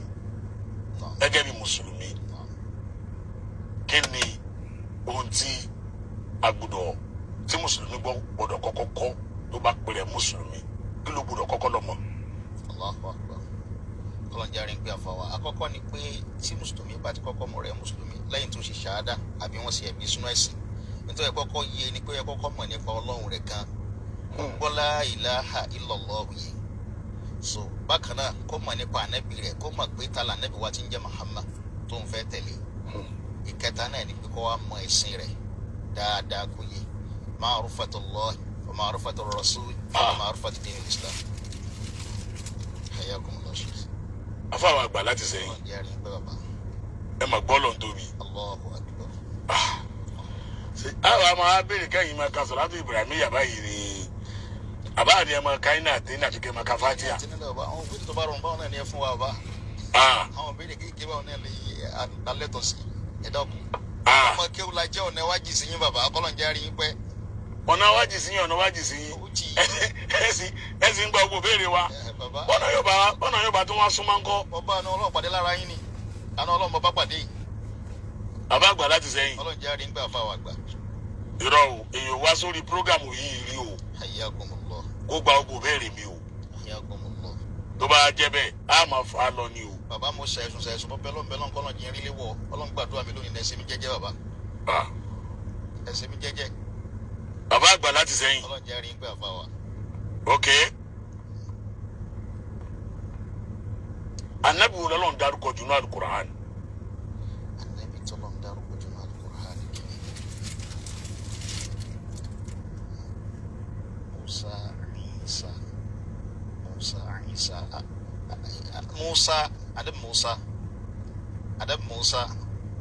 Ànábì Musa. Bẹ́ẹ̀ ni sà.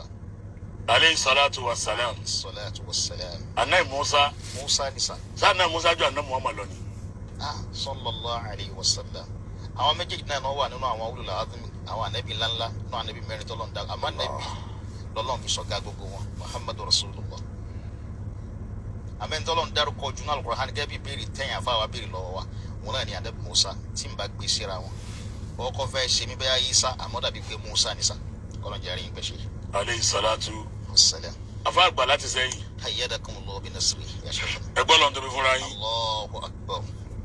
Bàbá àgbà láti sẹ́yìn. Allahu akbar àfáà. Last question. Ó dàbí ẹni wípé last question. Lásìkò ànábì wa Muhammad jẹ́ pàwéré. Sallallahu alayhi wa sallam. Kí ló dé? Hayyakumullah. Lásìkò ànábì wa Muhammad. Sallallahu alayhi wa sallam. That is the best reader tó máa Al-Qur'ani kájù lásìkò ànábì.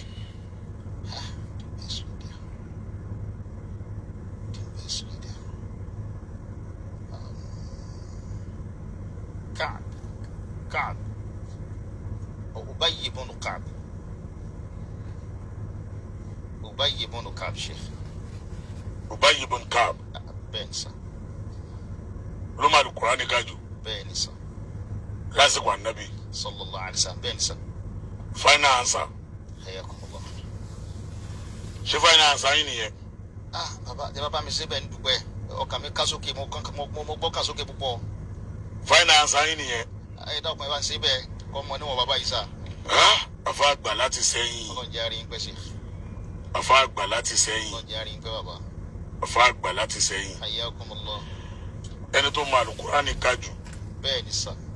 láyé ànábì wa Muhammad. Sallallahu alayhi wa sallam. Òun ló máa Qur'ani kájù. Bẹ́ẹ̀ ni sà. Kílẹ̀ ìpínlẹ̀ kan. Ubay ibn Ka'b tí n bá gbàgbé dákun ẹ bá mi gbà bẹ́ẹ̀. Ubay ibn Ka'b. Ó dàbí pé Ubay ibn Ka'b ni sà. Ẹgbọ́n lọ́n tóbi fúnra yín. Allahu akbar. Ẹgbọ́n lọ́n tóbi fúnra yín. Allahu akbar. Hayyakum. First time in history. Allahu akbar. Àfáà àgbà láti sẹ́yìn. Hayyakumullah sheikhana. Ẹ̀dẹ̀ pè wọlé. Allahu akbar. Kí wọ́n lórí tẹ́ pè wọlé lánàá. Bàbá àgbà. Ọlọ́run jẹ́ àárín pẹ́ sà. Alhamdulillah. Inú mi dùn pé ẹ máa tẹ̀ ń ṣe. Alhamdulillah sà. Ẹ̀dẹ̀ try. Alhamdulillah. wàláì. Sórí ara sẹ́yìn o. Mr. Latusa kún. Sorry. Mr. Latusa kún. Mr. Lilimali. Mr. Cashless. Dórí náà rí cashless àti Emefiele. Tó torí náà rí kí ló lóhun tó náà rí. Òun náà ló torí náà rí EndSARS. Òun náà ló torí náà rí COVID-19. Mr. Blackmade. Sórí ara sẹ́yìn. Rọ́mà sẹ́yìn. Ẹ wá máa wo tọ́lọ́run wá ṣe fáfá yìí. Àbá tó gbà béèrè yìí. Ẹ wá máa wo tọ́lọ́run wá ṣe fún lọ́jọ́ yìí. Ẹ máa wòran. Toro ni wọ́n lára àwọn ni. Wọ́n tóhun ni wọ́n lára àwọn ni. Wá máa wo tọ́lọ́run ṣe fáfá yìí. But I try gbìyànjú. Ẹ jọ̀ọ́, kí ni mo lè ṣe fún yín náà? Kí lẹ fẹ́? Gbogbo dáadáa mo fẹ́ bàbá. Ọlọ́run kó bá a lò ní sábàbí dáadáa. Àti mo ti ń bẹ Ọlọ́run kí n wọlé ti pẹ́ ṣe yìí. Àwọn ìpèníjà oríṣiríṣi wà ṣe yìí. Bá Ọlọ́run ṣàánú onígbìyànjú ni wá. Akéwú níwọ̀n bá tún níṣẹ́ lọ́wọ́. Àmọ́ tó inú ètò Ọlọ́run bùkátà pọ̀ lóríṣiríṣi. Kódà gbèsè wà. A sì jẹ́wọ́ ilé bá ṣe wà, ẹ jẹ́wọ́ ilé. Auzubillahi minash shaitani. Ẹ jẹ́wọ́ ilé. Ẹ jẹ́wọ́ ilé. Auzubillahi. Kódà à ń retí ọmọ láìpẹ́. So gbogbo ẹ̀ ó kà mí láyà púpọ̀. Kà mí láyà gan. So ó dàbí pé wíwọlé yìí Ọlọ́run fẹ́ lò sábàbí dáadáa fún mi ni. Torí sábàbí yín sá. Kódà máa ṣe wáyé mi ò sí inú ilé mi, àjẹwò ilé mi sí inú ilé mi kọ́ ni mo ti ń gbàwẹ̀ tí mo ń sọ tí mo ń tá ń gbà lọ́wọ́ yìí sá. Iṣẹ́ inú ilé mi mo ti ń gbà ṣe. Wallahi tọ́lọ́run bá lò yín sábàbí dáadáa á mọ̀ lórí àṣìdúpẹ́. Á dúpẹ́ sá. Ẹ dákun.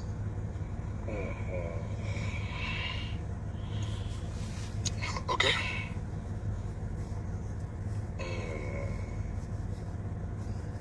Allah Akbar. Oh, subhanallah. Allah Akbar. Allah Akbar. Ẹ jẹ́ kí n láti ọ̀dọ̀ Mide and Dara Motors. Ẹ kọ́ bá fún ọ ní 100,000. Allahu Akbar. Ẹ jẹ́ kọ́kọ́ fún ẹ ní 100,000 náà. Allahu Akbar. Ọlọ́run bá san wọlé san lórí. Wọ́n bọ̀ ẹ jẹ́ kí n bá yín pé àwọn èèyàn. Ilé ara yín kọ́lẹ̀ tí ń gbàwẹ̀ báyìí. Bẹ́ẹ̀ kọ́ bàbá. Nígbà tẹ́ bí mi léèrè kọ́ ọmọ Olúwo ni mí, òun ni mo ti dárúkọ sẹ́yìn. Àmọ́ Èkó gan ni mò ń gbé. Ìwọ àtijẹ́wọlé ṣe.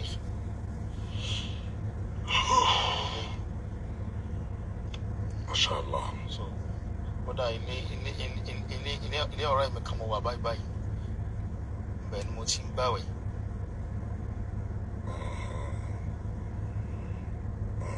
Mo ń bọ̀. Sorry, ẹ má bínú, mo ń bọ̀. Ẹ ṣeun sá. Mo ń bọ̀.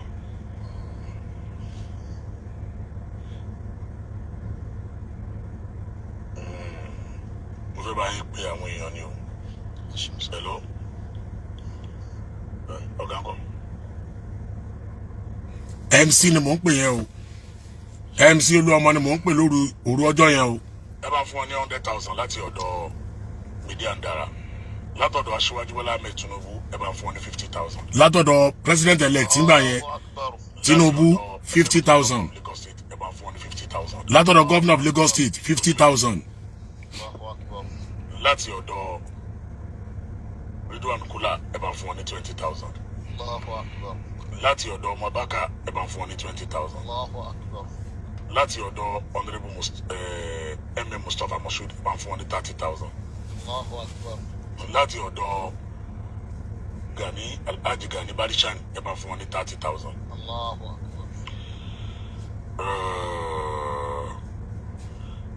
Okay. Ń bọ̀. Èló lówó yẹn báyìí. Ó ti 300,000. Sorry. Ọ̀rọ̀ wọn ó kà mí lára. Give me time. Ẹ jẹ́ kí wọ́n gba nọ́mbà yín bẹ́ẹ̀. Ẹ jẹ́ bá mi gba nọ́mbà wọn. Ó ti ẹ kọ́ gba nọ́mbà wọn. Mo máa pè é padà tí n bá ti bẹ̀rẹ̀ program. Pàpẹ́ tí program bá ti lọ. Ó ti yẹ máa pe nọ́mbà yín padà fún àmì direct láti bí. Ṣó ti yé mi? Ẹ ló máa ń gba nọ́mbà wọn kọ́ send nọ́mbà wọn sí mi láti ilé agbára. Ó ti yé. Màá fún yín ní ilẹ̀ yẹn wọ́n máa ṣe ilẹ̀ yẹn fún wọn wọ́n máa ṣe dọ́kúmẹ̀ntì orúkọ yín sórí ilẹ̀ yẹn ní Ìmísí Lagos lẹ́pẹ̀mbí ilẹ̀ yẹn is 3 million naira 3 million naira náà ń tà wọ́n máa ṣe dọ́kúmẹ̀ntì yẹn fún wọn lórúkọ wọn kí wọ́n ta ilẹ̀ yẹn ọ̀tẹ̀lọ́gba nọ́mbà wọn wá láti pe àwọn èèyàn kí wọ́n fún wọn ní owó. Hello, salamu alaikum. Wa alaikum salam, Sheikh Al-Fulani. Authentic. Sheikh Al-Fulani. Authentic. Al-Hajj Abubakar. Ọ̀tẹ́ Salati. Ẹ kú sẹ́rẹ̀ ẹ ti kó ní live ni. Live ni mo wà báyìí gbogbo ayé wò wá báyìí. Ẹ kú sẹ́rẹ̀ Ọlọ́run jàre pé. Àmì Ọlọ́run. Àbá tí ó fẹ́ sanwó lé ẹ̀. Olùkọ́ ọlọ́run máa fún wọn ní 100,000. 100,000 láti ọ̀dọ̀ àfáà Sheikh Abubakar Ọ̀tẹ́ Sàlá olóko kan náà tó wá ní Abubakar lẹ́ni ẹ̀ náà tó ń jẹ́ àfọ́ Ọ̀tẹ́ náà tó ń jẹ́ Abubakar 100,000 ẹ bá ń kọ́ kalẹ̀ jazakumullahu khairan jazakumullahu ojú òní tì yín lágbára Ọlọ́run alhamdulillah. In fact ó ṣe mí èèyàn ẹni tó mọ nǹkan tó báyìí láti sẹ́yìn alájì Arulas Petroleum láti sẹ́yìn alájì Abdulrazak Adeleke mò ń pè yín Sẹ́nitọ́ Alfa Buhari ẹni tó bá súnmọ́ wọn Honorable Bashir ẹjọ́ Ìsẹ́yìn ló dé yìí ọ̀rọ̀ eré ayín lélẹ́yìí a gbọ́dọ̀ dìde ìrànlọ́wọ́ sẹ́ni inshallah bí kudratillah ẹ bá mi lọ sókè lọ́hùn ẹ bá ń gba nọ́mbà wọn wọ́n bá padà dé ètò sẹ́bí. ẹ máa wò a ti rí 400,000 báyẹn o. ẹ jẹ́ ká ṣàánú àfààyàn torí tọ́ lọ ẹ jẹ́ ṣàánú àfààyàn torí tọ́ lọ ẹ jẹ́ ṣàánú àfààyàn ṣàánú ń bọ̀ ọmọ ìyá Jésù láti Amẹ́ríkà ó pè mí ó lọ́ọ́ máa fún àfààyàn ní 20,000 naira young sheik láti jọra hello young sheik. aleykum salaam naam olùfẹ́ bá wa dá sí Sheikh Abdullahi young sheik. 100,000 baba. 100,000. Jazakallahu khairan. 100,000 àfààyàn 100,000 young sheik. Brother mi kan àjọ ṣe kékeré ládùúgbò ni twins ni wọn gbogbo ẹ̀kọ́ tó bá ti dárúkọ wọn sìn kò sẹ́ni tí yóò mọ̀ wọ́n ládùúgbò àjọ ṣe kékeré wọn jọ bí wá sádùúgbò lébùté mẹ́ta ni dínà twins lòun àti ìkejì ẹ̀ Holland ni ó wà ẹ jẹ́ kí n pè ó pè mí lẹ́ẹ̀kan mo wá fẹ́ pè ó fẹ́ bá wa dá sí. Abidin dínà mo ti ń pè ẹ́ o 100,000 fàfàyàn. Hello.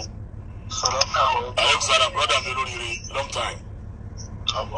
Well, everything. Mo dúpẹ́ bọ́lọ̀. Ọ̀gbẹ́ni Adékúṣe Ọlọ́run ọba. Àwa ni ẹja rẹ̀. Ọlọ́run afẹ́ mi lẹ́sàn-án gidi. Àmì Ọlọ́run. Ọlọ́run tó ti mú kẹwàá ń bẹ̀ kò ní yọyín kúrò. Àmì Ọlọ́run brother mi. Àmì Ọlọ́run. Lọ́lá àwọn àáfàá lọ́lá bàbá yíyọ bí ọjọ́. Ọlọ́run láyàtọ̀ àmì Ọlọ́run. Àmì sí brother mi. Àmì. Báwo lọ fi jí? Mo dúpẹ́ bọ́lọ̀. À ń gbowó fún àfa àwa kan tó pè wọlé nsìn. Àwọn náà ni màá fún wọn 20K. 20,000. Màá send account sí 20,000 naira. Ó ṣé mo dúpẹ́ brother mi. Ó ṣeun mo dúpẹ́ ó ṣeun. Yeah, Olamilekan Frontier Home okay ẹ bá mi wá nọ́mbà fún àyẹn wá frontier homes béèrè lọ́wọ́ mi pé níbo ló ń gbé bí wọ́n fẹ́ fún wọn nílé ni wọ́n fẹ́ fún wọn nílé ni ẹ bá ń wá nọ́mbà fún àyẹn kọ́ sẹ́ni nọ́mbà fún àyẹn sí mi WhatsApp mi okay alájí ọlá ìyá ní Kòròdú àwọn náà pè mí hello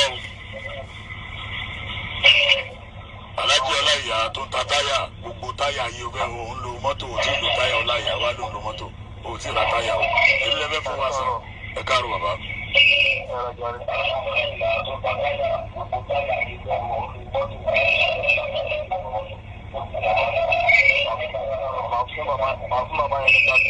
30,000 naira 30,000 naira láti ọ̀rọ̀ alájọ aláìyá ẹ ṣé sà okay wọn náà ẹ send number fún àyẹ̀ sí mi wọn náà send ẹ sí mi mo fẹ́ ẹ jọ̀ọ́ mo fẹ́ kẹ́ ṣe fún mi ẹ jọ̀ọ́ torí Ọlọ́run ẹ fi account number Sebilu Najati kalẹ̀ sórí tẹlifíṣọ̀n anybody tó bá fẹ́ fún wa lówó ẹ kọ síbẹ̀ wípé owó àfa. ṣé wàá rí owó yìí ṣé rí owó yìí níjọ́ náà ìgbà tí a máa gba owó yẹn gbogbo owó tá a gbà níjọ́ yẹn plus ilẹ̀ méjìlá fáyẹn gbà ó gbalẹ̀ ní Kòròdú ó gbalẹ̀ ní Ẹ̀pẹ́ gbogbo cash owó tá a rí fún àfàyẹn jẹ́ yẹn ó jẹ́ 5 million naira 5 million naira lọ́lọ́ ní ká rí fún àfàyẹn lọ́jọ́ yẹn tí ń já sí wípé ìwọ Mr. Látúnṣàkún má borúkọ sẹ́yìn jẹ́ àwọn Ìsẹ́yìn èèyàn gidi ni wọ́n gbogbo àwọn àfáà táwa dẹ̀ mọ̀ ń bẹ̀ èèyàn gidi ni wọ́n ẹ jọ̀ọ́ ẹ̀yin tẹ́ bá jọmọ sẹ́yìn ẹ try ẹ bá wa caution ẹ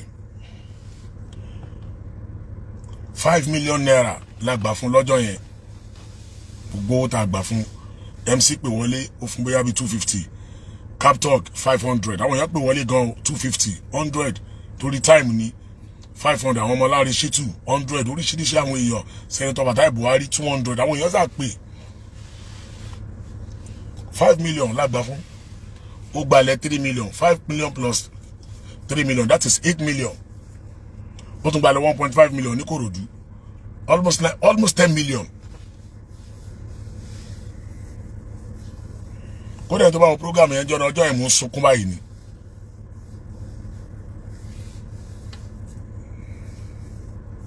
ọjọ́ yẹn tó bá wo program yẹn mò ń sunkún báyìí lọ́jọ́ yẹn ni you understand tí wọ́n wá jáde wá lánàá ẹ̀ pàgà wá ní wọ́n ń bínú rẹ ni torí pé wọ́n sínú ilé Ọlọ́run èmi ò mọ̀ ilé Ọlọ́run tó ń gbé o ilé Ọlọ́run wo ló ń gbé Ṣómólú ní àbí Bàrígà ilé Ọlọ́run tó ń gbé àmọ́ wọ́n tó wá ń sọ báwa pé lílímọ̀lì yẹn táwa bá ń sọ pé límọ̀lì mólíkùlù yá ọmọ yẹn bóyá lílímọ̀lì gangan Ọlọ́run gbà lérò lọ́dọ̀ ààrẹ mọ́ múlẹ̀ fún wa mọ́ o mo mọ̀ pé wàá tún jáde o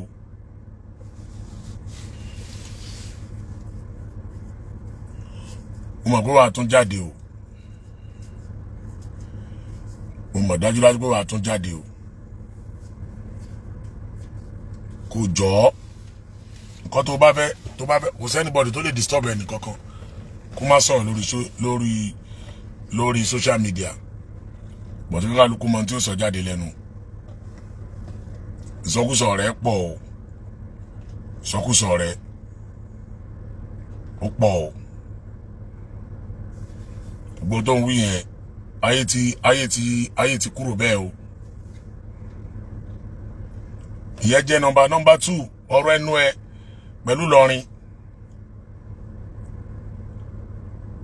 ọ̀rọ̀ ẹnu ẹ pẹ̀lú Ìlọrin lọ mind the speech yẹ bí i Yorùbá nation ni ẹ we don't know lọ mind the speech ẹ ọ̀rọ̀ ẹnu ẹ ò dáa ìsọkúsọ pọ̀ nínú àwọn ọ̀rọ̀ tó ń jáde lẹ́nu ẹ àwọn dẹ̀ wo condition bó ṣe wà àmọ́ wọ fúnra rẹ̀ o ṣàánú condition ara ẹ Ọlọ́run ní dá wa láàmú o mo mọ̀ pé wàá fèsì o mo retí èsì ẹ